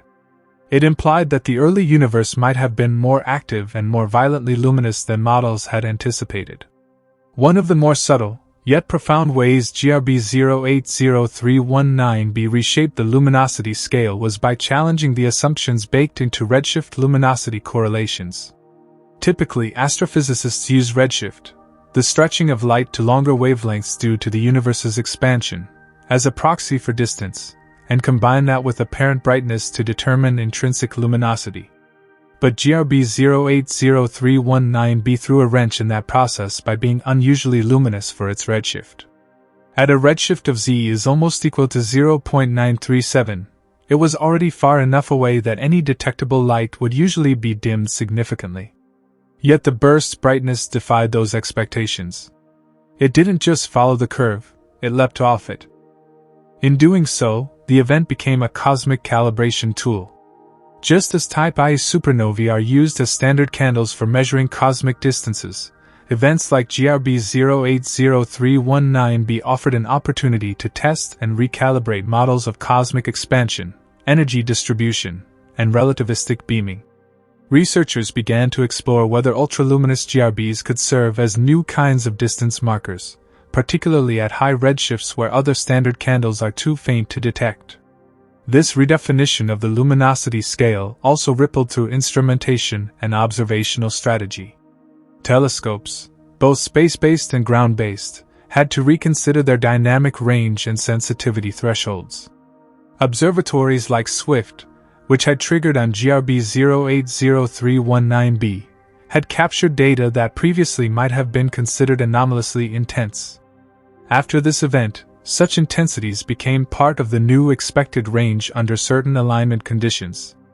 Planning for future missions had to incorporate the possibility of similarly luminous events, which required expanded hardware capabilities and broader triggering algorithms to avoid saturation or missed detections. On a more conceptual level, GRB 080319b forced astrophysicists to confront the theoretical boundaries of stellar death. If such luminosity was possible, what was the true range of end-of-life outcomes for massive stars? Could there be even brighter events hiding at higher redshifts or in off-axis configurations? Could some events exceed GRB 080319b's luminosity but remain undetected because their jets are not aligned with Earth? These questions reshaped the field's understanding of what GRBs are capable of, turning them from merely dramatic cosmic fireworks into profound indicators of cosmic mechanics, jet physics, and black hole birth. And perhaps most importantly, GRB 080319b reminded the scientific community that even well-studied cosmic phenomena like GRBs can still hold surprises that stretch the known scales of physics. The luminosity scale wasn't just extended, it was transformed into a living framework that must now accommodate not just the average, but the extraordinary. The light from GRB 080319b that reached Earth after journeying across 7.5 billion light-years is not just an extraordinary astrophysical marvel, it is a direct messenger from a distant epoch of cosmic history.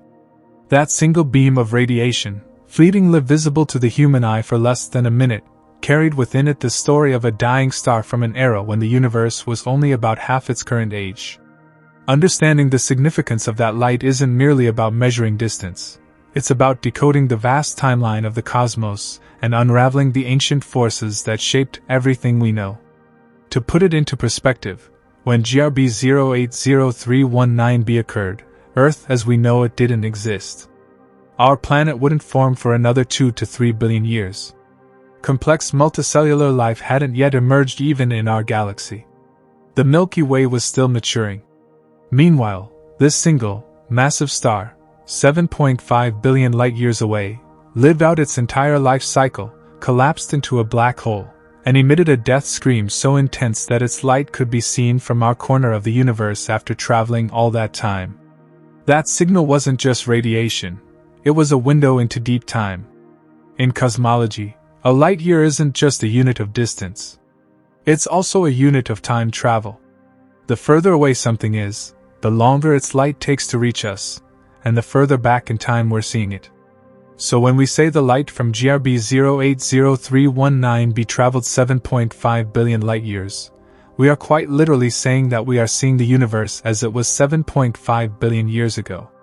This burst of gamma rays became a cosmic time capsule, carrying information from the past into our present. This matters profoundly in astronomy because light from such distant events helps fill in the gaps of our cosmic timeline. Every distant gamma ray burst, every quasar, every early galaxy gives us clues about the physical conditions, chemical composition, and energetic processes that existed at different stages in the universe's evolution. GRB 080319b provided a critical data point in this ongoing reconstruction of cosmic history. At a redshift of approximately z is almost equal to 0.937, GRB 080319b came from an epoch in which star formation was still booming across the universe. This was a period sometimes called cosmic high noon, a time when the universe was filled with large numbers of rapidly forming stars and galaxies. Observing a gamma ray burst from this epoch helps researchers better understand what types of stars existed back then, how they lived and died, and how those deaths shaped the development of galaxies. But there's more to this story than age. The clarity and brightness of the light from GRB 080319b, even after such a vast journey, suggests that the space between that ancient galaxy and Earth was relatively transparent, at least along the line of sight. This allowed astronomers to examine not just the GRB itself, but the intervening space. Absorption features in the GRB's light spectrum revealed details about the intergalactic medium, the sparse matter and gas that exists between galaxies. These absorption lines gave scientists a kind of X-ray through the universe's structure, allowing them to map out cosmic evolution, gas composition, and galactic development along the light's entire path. The GRB's arrival also underscores the stability and constancy of the laws of physics. That light obeyed the rules of electromagnetism and general relativity for 7.5 billion years. It bent through gravitational wells. It stretched due to cosmic expansion. It survived traveling through the cosmic web of dark matter and interstellar gas. And yet, it still bore a clean, coherent message that could be decoded using instruments on Earth and in orbit. This consistency reinforces our confidence in the foundations of physics. Because when a photon born in a distant galaxy arrives here and behaves exactly as theory predicts, it's a quiet but powerful affirmation of our models. There's a poetic dimension here too. Think of the probability involved. A massive star collapses in a distant galaxy. Its jet aligns with Earth in just the right direction, and its light remains strong enough after 7.5 billion years to be not only detected by our satellites, but seen by a human eye. All this happened without any intention, without any foresight, just a cosmic roll of the dice that let humanity witness a whisper from the ancient universe. Furthermore, such long-distance detections challenge our engineering and observational capabilities. The fact that Earth-based and space-based instruments could even register a signal from that far away is a testament to the extraordinary advancements in observational astronomy. Instruments like the Swift satellite, the Very Large Telescope, VLT, and others had to act with speed and precision to catch the afterglow before it faded. GRB 080319b thus acted as a kind of stress test for our detection infrastructure, highlighting both its capabilities and its limitations, and pushing us to build even more sensitive and responsive tools for the future. And then there's the sheer cosmic scale of what this event represents. When light travels for 7.5 billion years, it traverses distances beyond comprehension. It crosses galaxies, it moves through vast voids where there is almost nothing, and it threads its way through the gravitational influences of cosmic structures. To imagine a single photon surviving that journey and arriving intact is like imagining a message in a bottle drifting across the entire ocean, and not only making it to shore, but being readable and intact after millennia. What's especially compelling is that GRB 080319b wasn't even the most distant gamma ray burst ever recorded. Others, like GRB 090423, have originated from as far back as 13 billion light-years away. But none of them match GRB 080319b in naked-eye visibility or raw intensity. That makes its 7.5 billion light-year journey uniquely symbolic, a bridge between distance and brilliance, between ancient death and modern understanding. And because it was visible without a telescope, that beam of light entered not just our scientific instruments, but our shared human consciousness. It briefly connected an observer on Earth, perhaps someone simply glancing at the sky, with an event that happened before our planet even formed. It shrank the gap between us and deep time, between a remote galaxy and the pupils of our eyes. And that, ultimately, is the true significance of that 7.5 billion light-year journey. It reminded us that the universe is both vast and intimately connected, stretching far beyond us while still whispering messages that we can, if we listen carefully, understand. Following the unprecedented brightness of GRB 080319b, the astronomical community sprang into action with remarkable speed and coordination. Within moments of the burst detection by the Swift satellite, a diverse array of telescopes around the world and in space redirected their gaze toward the region of sky where the explosion had taken place. What followed was one of the most extensive multi-wavelength follow-up campaigns ever mounted for a gamma-ray burst. The reason for this massive effort was simple. GRB 080319b was unlike anything that had ever been observed before, and scientists were determined not to waste a single moment in capturing its every detail. The first and arguably most critical telescope to detect GRB 080319b was NASA's Swift satellite, which was specially designed to locate and observe gamma-ray bursts. Swift is equipped with a trio of instruments: the Burst Alert Telescope, BAT, which detects high-energy bursts of gamma rays, the X-ray Telescope, XRT, and the Ultraviolet/Optical Telescope, UVOT. On March 19, 2008, At precisely 6:12 and 49 seconds Universal Time Coordinated, Swift's BAT registered the initial gamma-ray signal from GRB 080319b. Within seconds, it autonomously triggered an alert, relayed the coordinates to ground stations, and began reorienting itself for immediate follow-up with its other two instruments. Thanks to Swift's rapid response capability, the XRT and UVOT were observing the burst within 50 seconds of its initial detection. This allowed for the capture of both the X-ray and optical afterglows in near real time. Swift's measurements were essential in characterizing the duration, intensity, and decay of the burst across multiple wavelengths. Meanwhile, on Earth, telescopes from every corner of the globe began pointing toward the coordinates relayed by Swift. One of the first to respond was the Pie of the Sky project, a robotic observatory located in Chile. In an extraordinary stroke of luck, Pie of the Sky was already monitoring the exact region of the sky where the burst occurred. This meant it managed to capture the optical component of the gamma-ray burst even before Swift triggered its alert. Its footage remains one of the few instances in which the optical emission from a GRB was recorded during the gamma-ray emission itself, giving researchers a rare window into the burst's early-time optical evolution. Another early participant was the Tortora telescope, Telescopio Ottimizzato per la Ricerca dei Transienti Odyssei a Rapidi, a fast-frame optical telescope that was co-mounted on the REM, Rapid Eye Mount, robotic telescope in La Silla Observatory, Chile. Tortora was instrumental in measuring the rapid rise and fall of the burst's optical flash. It recorded data at a rate of several frames per second, capturing unprecedented fine detail in the burst's brightness evolution. This allowed astronomers to reconstruct the dynamics of the relativistic jet with greater accuracy than ever before.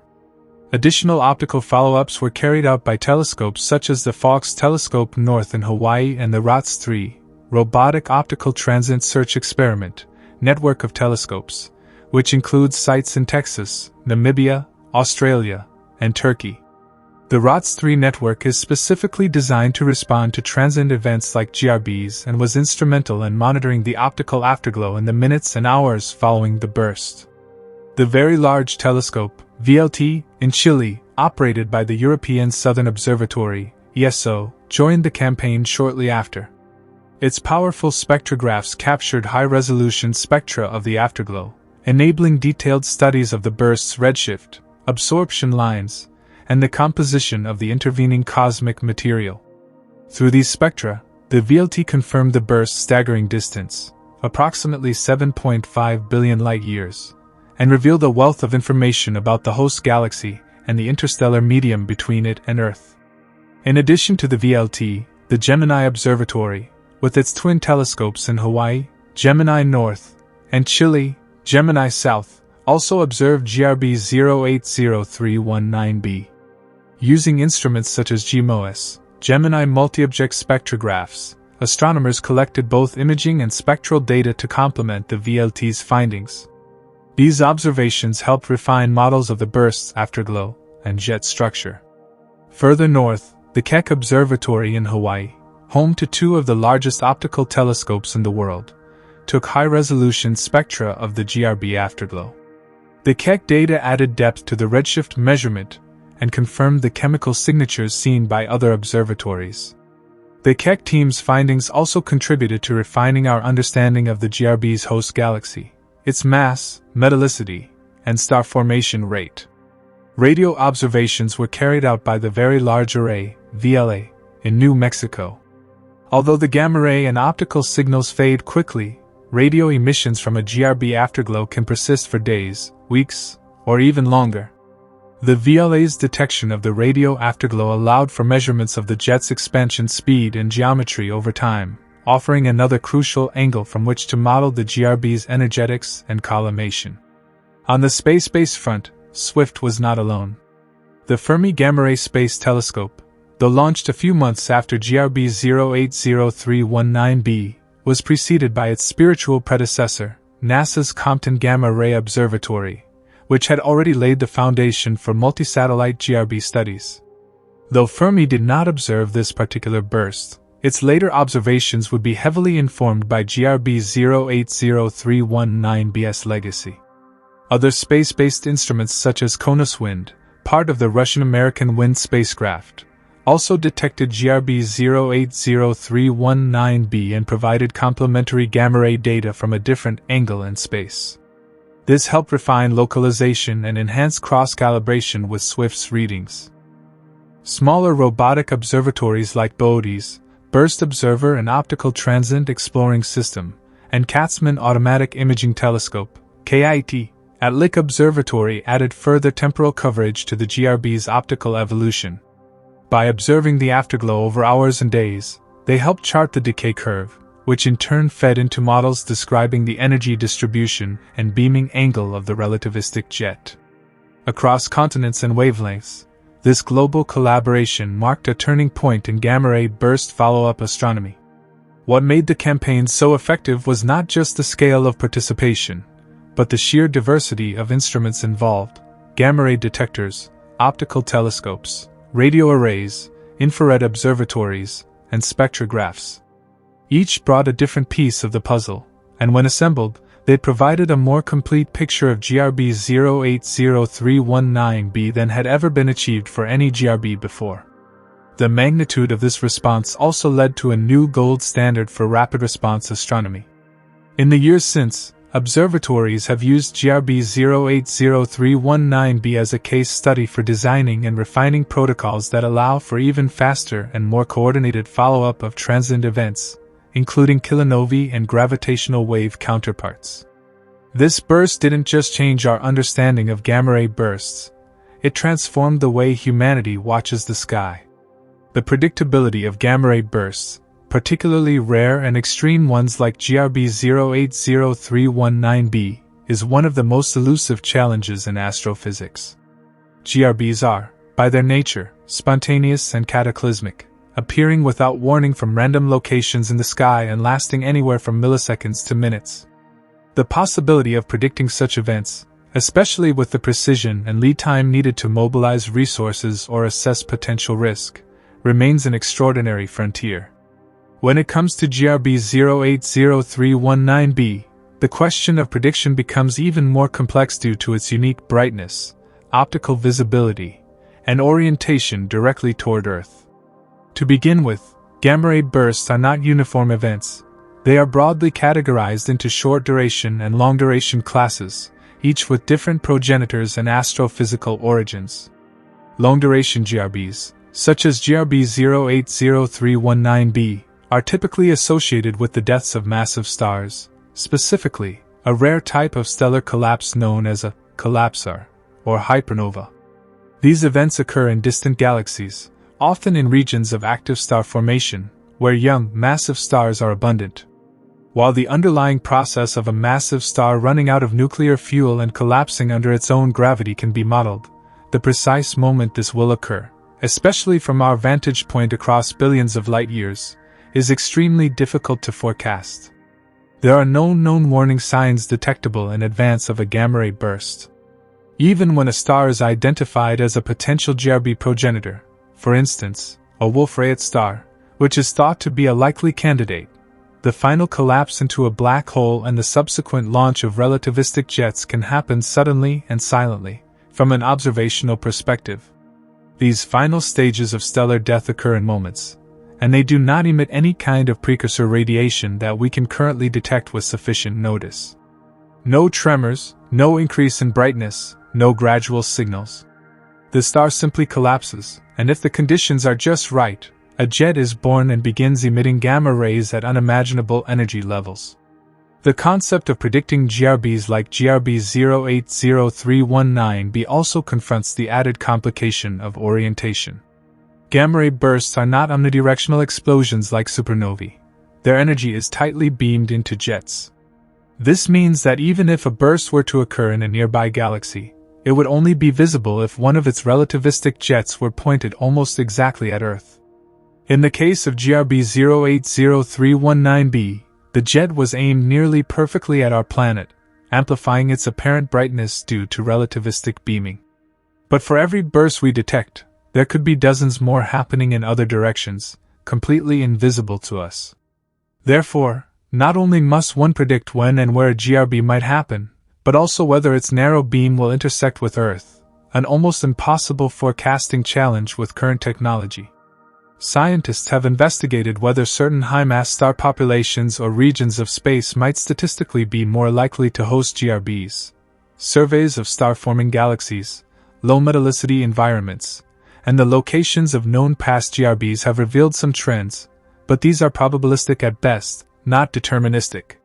For example, low metallicity galaxies are slightly more prone to forming GRB progenitors because metal-poor stars retain more mass and angular momentum, key ingredients for forming relativistic jets upon collapse. However, this insight allows only a general estimation of where GRBs are more likely to occur, not when or exactly where. Some researchers have also studied archival data for potential precursor activity. In rare cases, small flashes or disturbances have been seen seconds to minutes before the main burst, but these signals are inconsistent, extremely weak, and usually detected only in retrospect. They cannot yet serve as reliable early warning indicators. Space-based observatories have evolved to become fast-response systems rather than predictive ones. Instruments like SWIFT, Fermi, Integral, and HEAT-2 are designed to react instantly to the appearance of a GRB in the sky. Their role is not to predict but to catch the burst as it unfolds and to send out global alerts within seconds. This rapid reaction model has proven extraordinarily effective for studying GRBs in real time, but it still does not approach true prediction. If GRBs are to become predictable, it may require an entirely new level of observational infrastructure and theoretical understanding.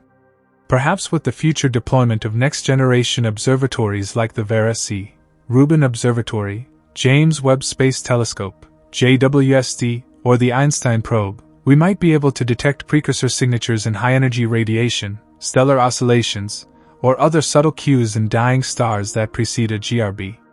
There's also the hypothetical idea that gravitational wave detectors, like LIGO and Virgo, could someday pick up faint signals associated with pre-collapse phenomena, though to date, no such gravitational precursor has been conclusively identified for long-duration GRBs like GRB 080319b.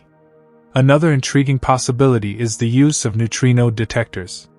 During the core collapse of a massive star, vast numbers of neutrinos are released. In theory, if a star were close enough, a burst of neutrinos might precede the optical or gamma-ray signal by several seconds. Facilities like Super Kamiokande in Japan or IceCube at the South Pole are constantly monitoring for such events. However, this method is constrained by the neutrino burst's low cross-section and the need for an extremely nearby progenitor, probably within our own galaxy or the local group.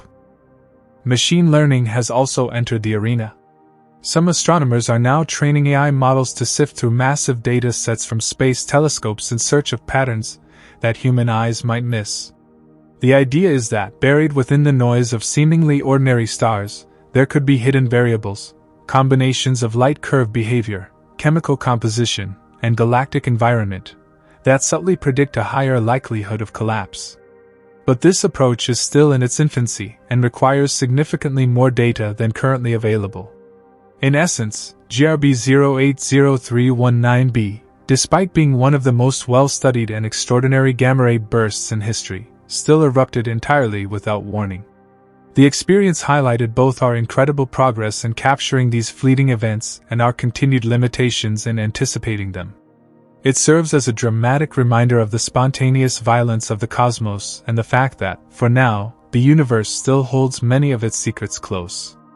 Until we develop more advanced predictive frameworks, perhaps involving neutrinos, gravitational waves, or as yet undiscovered precursors, GRBs will remain sudden cosmic firestorms, arriving without notice, and vanishing almost as quickly. At the time of GRB 080319b's detection in March 2008, gravitational wave astronomy was still in its formative years. Instruments like LIGO, the Laser Interferometer Gravitational Wave Observatory, and Virgo were operational, but not yet at their full sensitivity. This meant that while the infrastructure for detecting gravitational waves existed, it was not yet capable of capturing most of the subtle ripples in spacetime that would be expected from events taking place at such an immense distance, like GRB 080319b, which occurred 7.5 billion light-years away. GRBs, particularly long-duration ones like GRB 080319b, are theorized to be potential sources of gravitational waves due to the energetic processes involved in their formation. The death of a massive star, the implosion of its core, the formation of a black hole, and the launching of relativistic jets, all are highly dynamic and asymmetric events that could, in theory, generate detectable gravitational wave signals. However, the strength of the signal produced depends heavily on the proximity of the event, the degree of asymmetry in the collapse, and the angle from which the event is observed.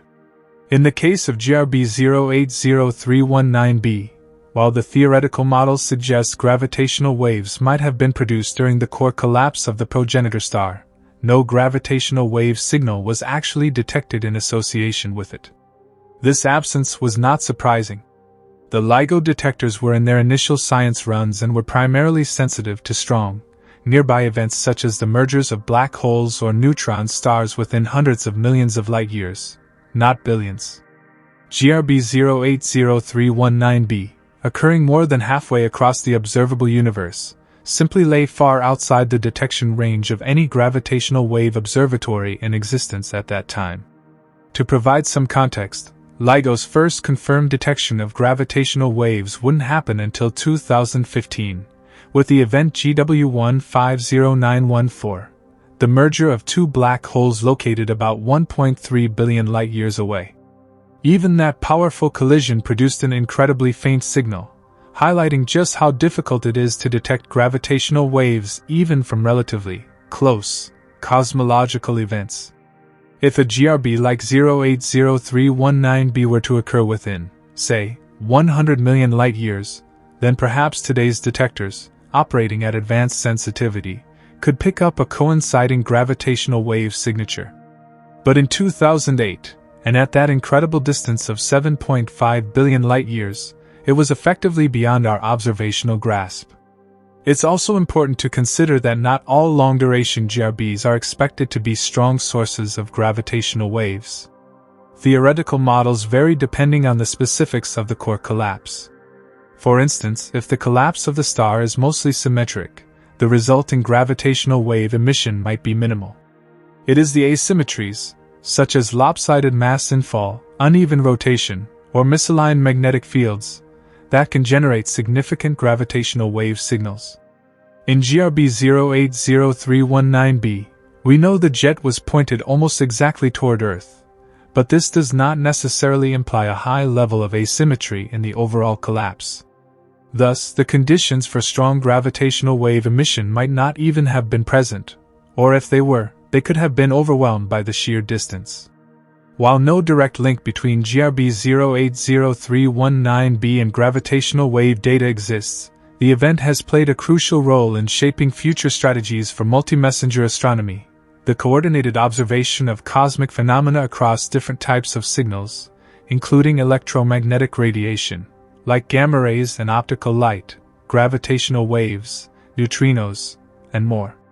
GRB 080319b provided a textbook case of a high-energy astrophysical transient that warranted full-spectrum follow-up. Although gravitational wave data was not available then, it is exactly the kind of event scientists hope to capture simultaneously with gravitational wave detectors in the future. Today, protocols are in place to cross-reference GRB detections with gravitational wave observatories in real time. For example, when LIGO or Virgo detects a gravitational wave, telescopes around the world quickly search the sky for any associated gamma-ray burst or optical afterglow.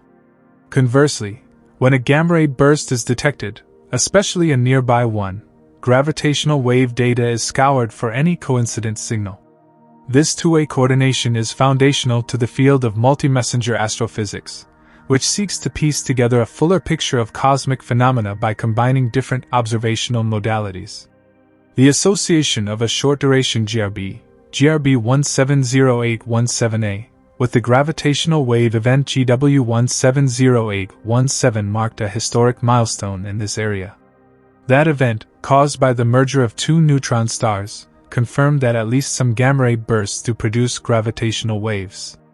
It was a triumph of multi-messenger astronomy, and it re-energized the search for similar associations in long-duration GRBs. So while GRB 080319b predates this golden era of multi-messenger astrophysics, its scale, brightness, and impact on the astronomical community underscored the importance of preparing for such possibilities. If a GRB with similar characteristics were to occur today, particularly within a more favorable detection range, there would be an immediate and comprehensive attempt to detect any accompanying gravitational wave signal. Every new GRB, including fainter and less dramatic ones, is now seen through this expanded lens. GRB 080319b remains gravitationally silent in our archives, not because it lacked the violence to produce spacetime ripples, but because our ears weren't yet sharp enough to hear them from that distance. Still, its legacy is felt in every alert system, every cross-check between telescopes and interferometers, and in the very structure of how we now search the cosmos for the deepest truths. It didn't bring us gravitational waves, but it helped build the road that may one day let us hear them from even farther than we once thought possible. The impact of GRB 080319b on astrophysics was, and continues to be, nothing short of transformative. Its detection not only redefined our understanding of gamma-ray bursts, but it also propelled forward a range of astrophysical theories, observational strategies, and multi-wavelength coordination protocols that remain vital to space science today. Few single events have so comprehensively influenced how astronomers study high-energy phenomena across the cosmos. To begin with, GRB 080319b shattered previous assumptions about the luminosity limits of gamma-ray bursts. Before this event, astronomers had catalogued numerous powerful GRBs, but none had been visible to the naked eye from Earth, and certainly not from a distance of 7.5 billion light-years. The fact that a gamma-ray burst occurring halfway across the universe could momentarily be seen without a telescope from Earth not only stunned the scientific community but forced a critical reassessment of existing models.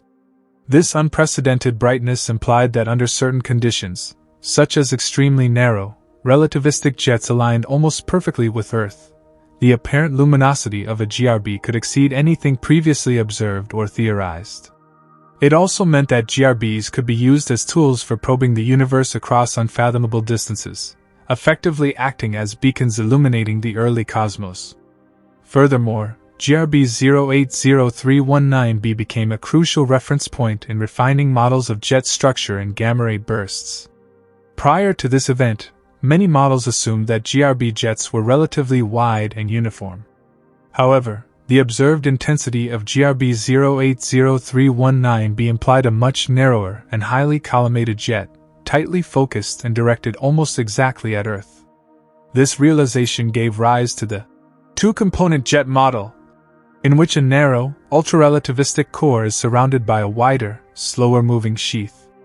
This model not only better explained the observations from GRB 080319b but has since been used to interpret other high-energy events, reshaping how scientists understand the internal dynamics of relativistic outflows. The event also highlighted the critical importance of rapid response observational networks. GRB 080319b was observed by NASA's SWIFT satellite, which triggered an alert within seconds of detecting the burst. This rapid notification allowed ground-based and space-based telescopes to swing into action, capturing the burst's prompt emission and afterglow across a broad range of wavelengths, from gamma rays to visible light. This coordination provided one of the most complete datasets ever assembled for a gamma-ray burst, serving as a model for how transient astronomical events should be studied going forward. The successful multi-wavelength campaign galvanized the global astronomical community and emphasized the value of robust, real-time communication between observatories worldwide. Another significant impact lies in the field of cosmology.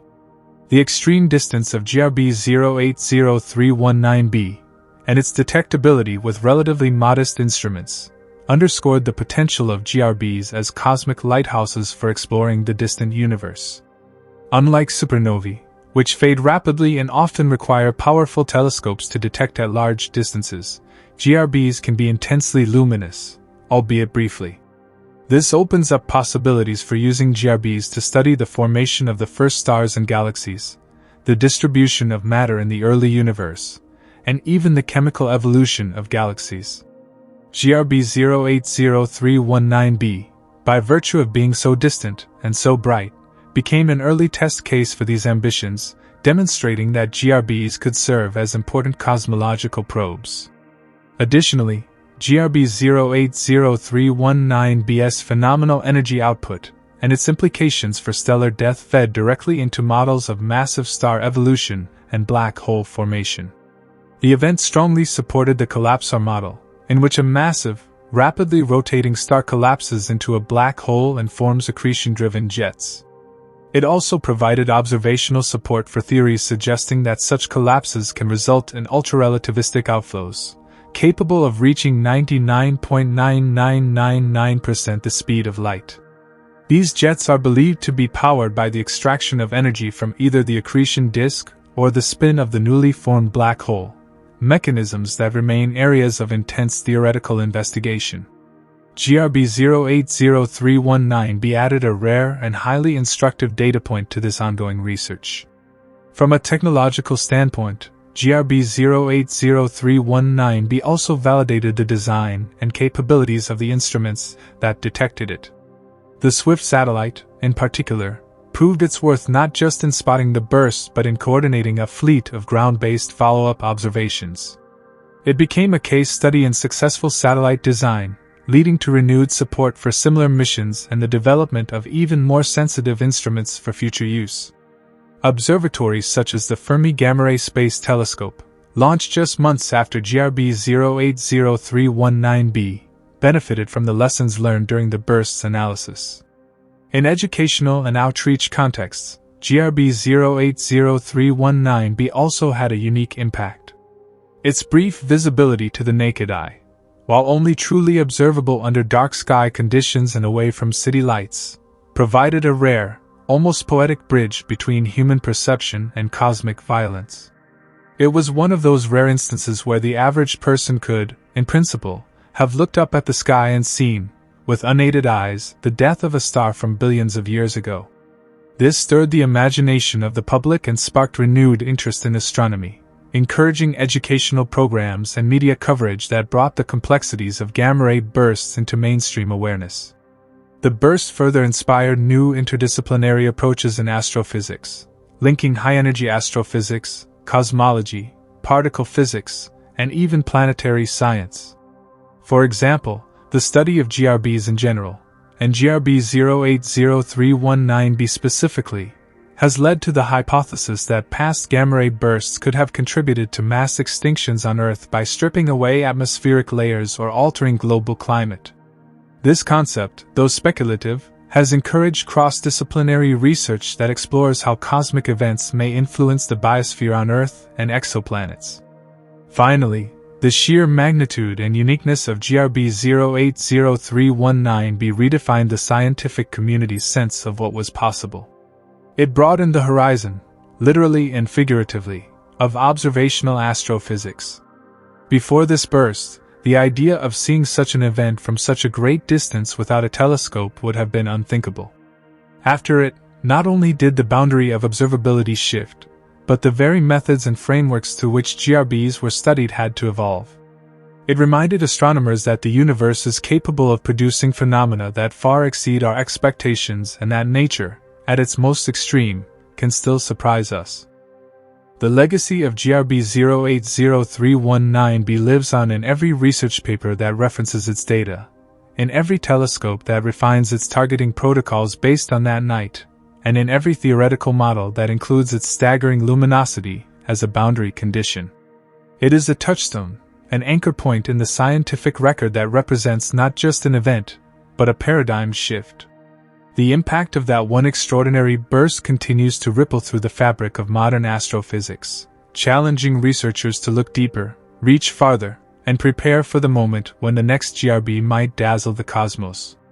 Despite the wealth of data gathered from GRB 080319b and the extraordinary insights it has provided into high-energy astrophysics, a number of fundamental questions about this event remain unanswered. These lingering mysteries are not just footnotes in its legacy, they are driving forces behind new research, new missions, and new theories. The burst pushed the limits of our scientific understanding, and in doing so, it exposed the gaps in our knowledge with startling clarity. One of the most pressing questions still debated by astrophysicists concerns the exact structure and composition of the jets emitted by GRB 080319b. While the two-component jet model, featuring a narrow, ultra-relativistic inner core and a broader, slower-moving outer jet, has gained traction, the precise mechanism behind the formation of such a structure remains elusive. What physical processes determine the sharpness of this collimation? How exactly does the jet stay so tightly focused across billions of light years? And most crucially, what causes some jets to be narrowly focused enough to reach apparent luminosities detectable across the entire visible universe, while others, presumably produced in a similar manner, remain hidden or weak? Closely related is the question of energy conversion. GRB 080319b released an enormous amount of energy, equivalent to the output of our Sun over its entire 10 billion year lifetime, emitted in just a matter of seconds. But how is such extreme energy generated and focused into such narrow beams? The conversion of gravitational and rotational energy into electromagnetic radiation at these scales challenges the most robust physical models. The burst likely involved a newly formed black hole or magnetar, and possibly the extraction of rotational energy via magnetic fields, as described in the Blandford's-Najek process. But the details of this process, especially the exact role of magnetic reconnection, turbulence within the accretion disk, and jet stability, remain major open areas of theoretical study. There's also the question of progenitor variability. GRB 080319b is believed to have resulted from the death of a massive, low-metallicity star, but not all stars of similar mass and composition seem to produce such energetic gamma-ray bursts. What then made this particular star, and this particular collapse, so spectacular? Was it the spin rate? The binary interaction history? An unusually efficient jet launching environment within the stellar core? Or is there an entirely unknown factor at play? The search for these hidden variables in GRB progenitor systems continues, as scientists attempt to identify the preconditions necessary for such cataclysmic outcomes. Moreover, while we know GRB 080319b was exceptionally luminous due to its jet pointing almost directly at Earth, we are still trying to understand just how often this kind of direct alignment occurs. Are bursts like GRB 080319b truly rare, or are they more common but only appear unusual because of our observational limitations?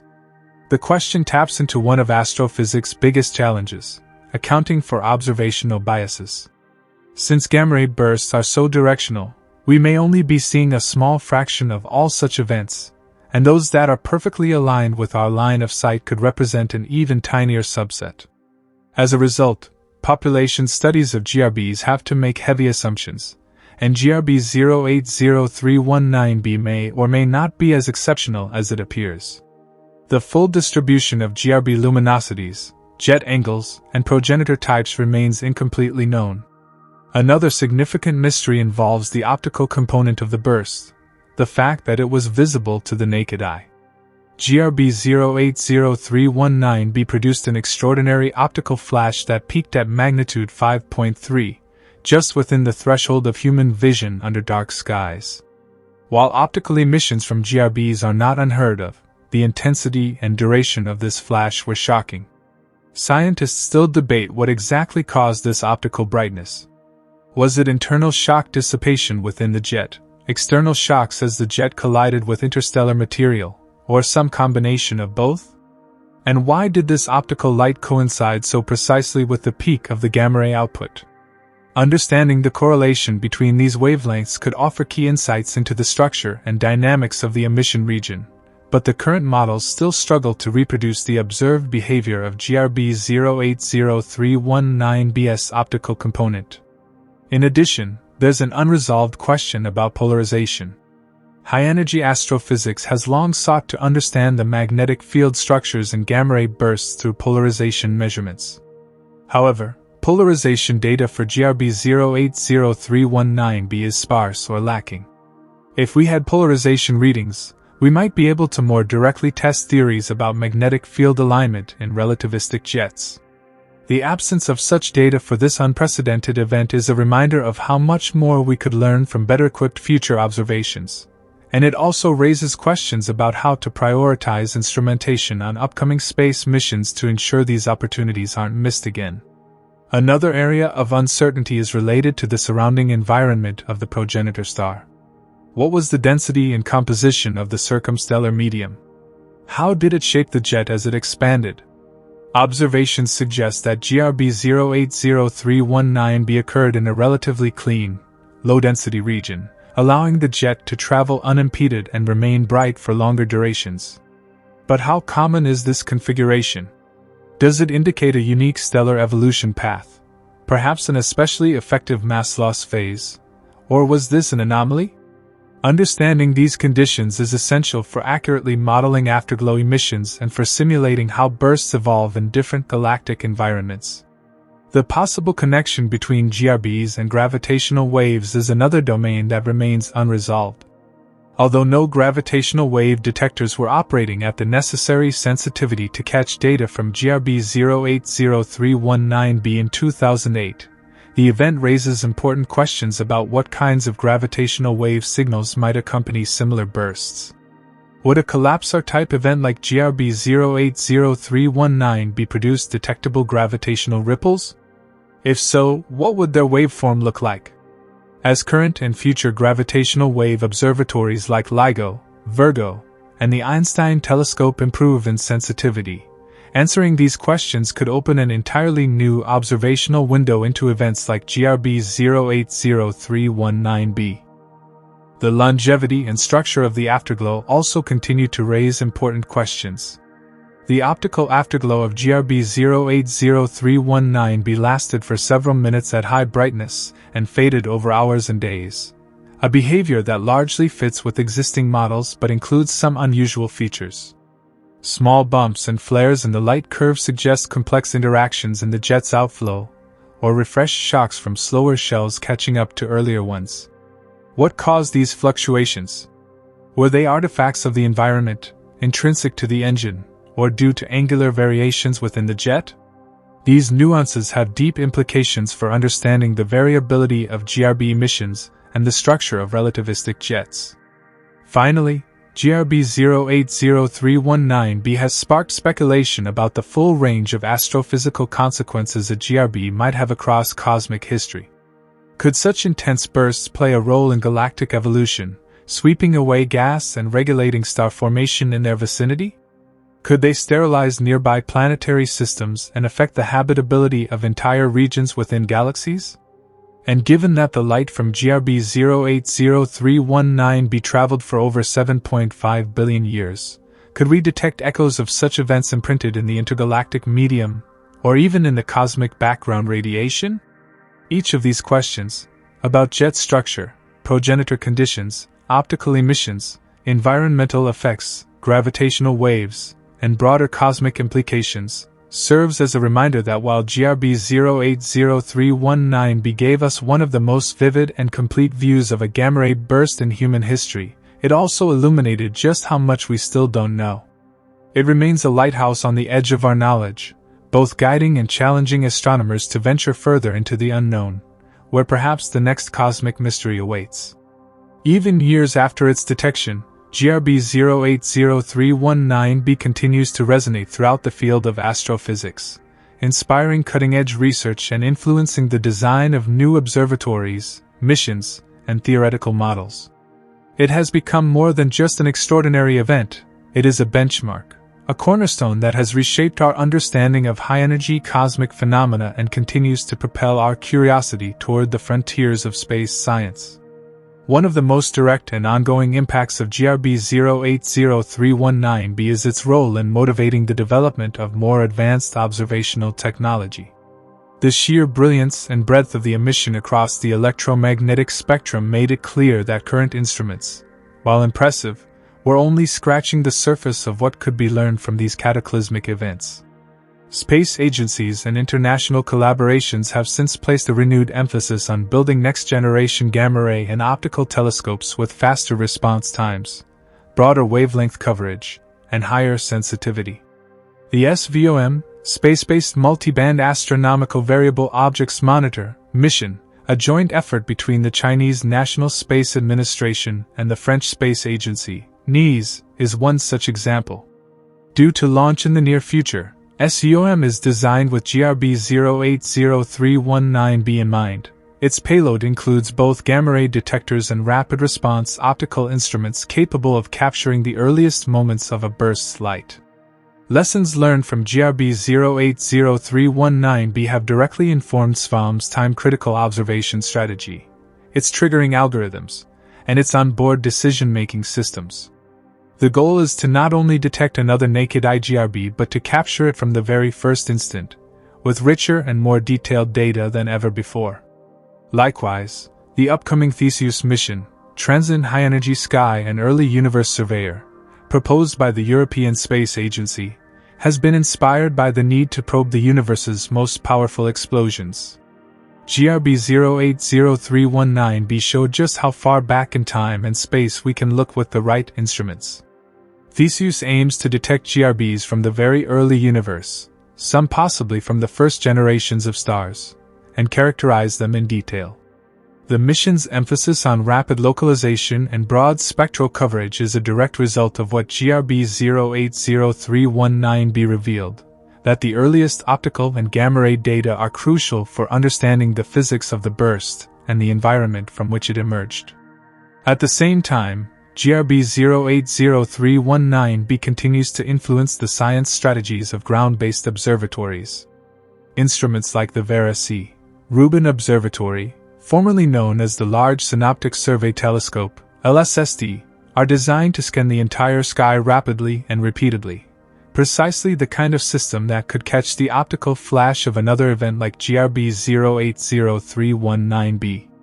While LSST's primary mission focuses on dark energy, near-Earth objects, and galactic structure, its wide-field, fast-cadence imaging will undoubtedly contribute to the discovery and analysis of future gamma-ray burst afterglows, particularly those with visible or near-visible signatures. The event also continues to inspire theoretical astrophysics in a profound way. GRB 080319b defied many pre-existing models, particularly with respect to the formation and structure of relativistic jets. As a result, entire subfields of research have been reinvigorated or newly formed to understand jet composition, energy conversion mechanisms, and radiative processes in extreme relativistic environments. Theoretical physicists now routinely test their models against GRB 080319b's observed light curves, spectral evolution, and time-resolved data. The burst has essentially become a reference case, an ultimate proving ground for any new GRB theory. In particular, the concept of structured jets, featuring a narrow ultrarelativistic core surrounded by slower material, is now being studied with new fervor. Simulations of jet propagation through the stellar envelope and out into the interstellar medium are being refined to match the extreme features seen in GRB 080319b. Magnetic field configurations, baryon loading, and jet instabilities are all active research areas energized by the peculiar behavior of this burst. Numerical relativity simulations now routinely factor in GRB 080319b data to refine collapse models and post-collapse energetics, especially in relation to black hole and magnetar formation. Furthermore, GRB 080319b plays an important role in the context of multi-messenger astronomy, a field that has gained momentum with the advent of gravitational wave observatories and neutrino telescopes. While this particular burst occurred before gravitational wave detectors were sensitive enough to register associated signals, its characteristics have sparked intense interest in the kinds of multi-messenger signals such a burst might produce. Now, GRBs are routinely included in gravitational wave observation campaigns, with models for long-duration collapsar events like GRB 080319b being used to predict potential signals in LIGO and Virgo detectors. The hope is that with the next such bright and close event, we might simultaneously detect gamma rays, optical emissions, gravitational waves, and possibly even high-energy neutrinos, providing a complete, multidimensional portrait of one of the most powerful events in the cosmos. In a broader sense, GRB 080319b also continues to inspire astrobiology and planetary science, especially in discussions surrounding existential threats and planetary habitability. Its sheer intensity and potential to cause biological and atmospheric disruptions, if a similar burst occurred within our galaxy, have made it a focal point for studies into GRB-induced mass extinction hypotheses. This has led to models of how GRBs might sterilize planetary surfaces, destroy ozone layers, and alter planetary climates. GRB 080319b, by offering a concrete, measurable example of an incredibly powerful burst, has provided the basis for simulations and risk assessments concerning the galactic neighborhood. The psychological and cultural impact of GRB 080319b should not be underestimated either. It was the kind of event that sparked public imagination. A gamma-ray burst visible to the naked eye from halfway across the universe is the kind of story that makes headlines, inspires awe, and brings attention to the incredible reach of human science. It has become a rallying point in educational outreach, helping convey just how vast, violent, and beautiful the universe can be. Schools, planetariums, and documentary filmmakers continue to use GRB 080319b to explain complex cosmic processes in ways that are accessible and awe-inspiring to the public. Even now, research papers continue to cite GRB 080319b in diverse contexts, from jet modeling and relativistic hydrodynamics to cosmic ray acceleration and the evolution of the early universe. New analyses using archival data, reprocessing with improved techniques, or comparing with newly discovered bursts continue to refine our understanding of this event. It is a legacy that lives on not just in data archives but in active scientific discourse, evolving with each new discovery. In essence, GRB 080319b serves as a cosmic lighthouse, a brilliant flash from the distant past that continues to illuminate the path forward.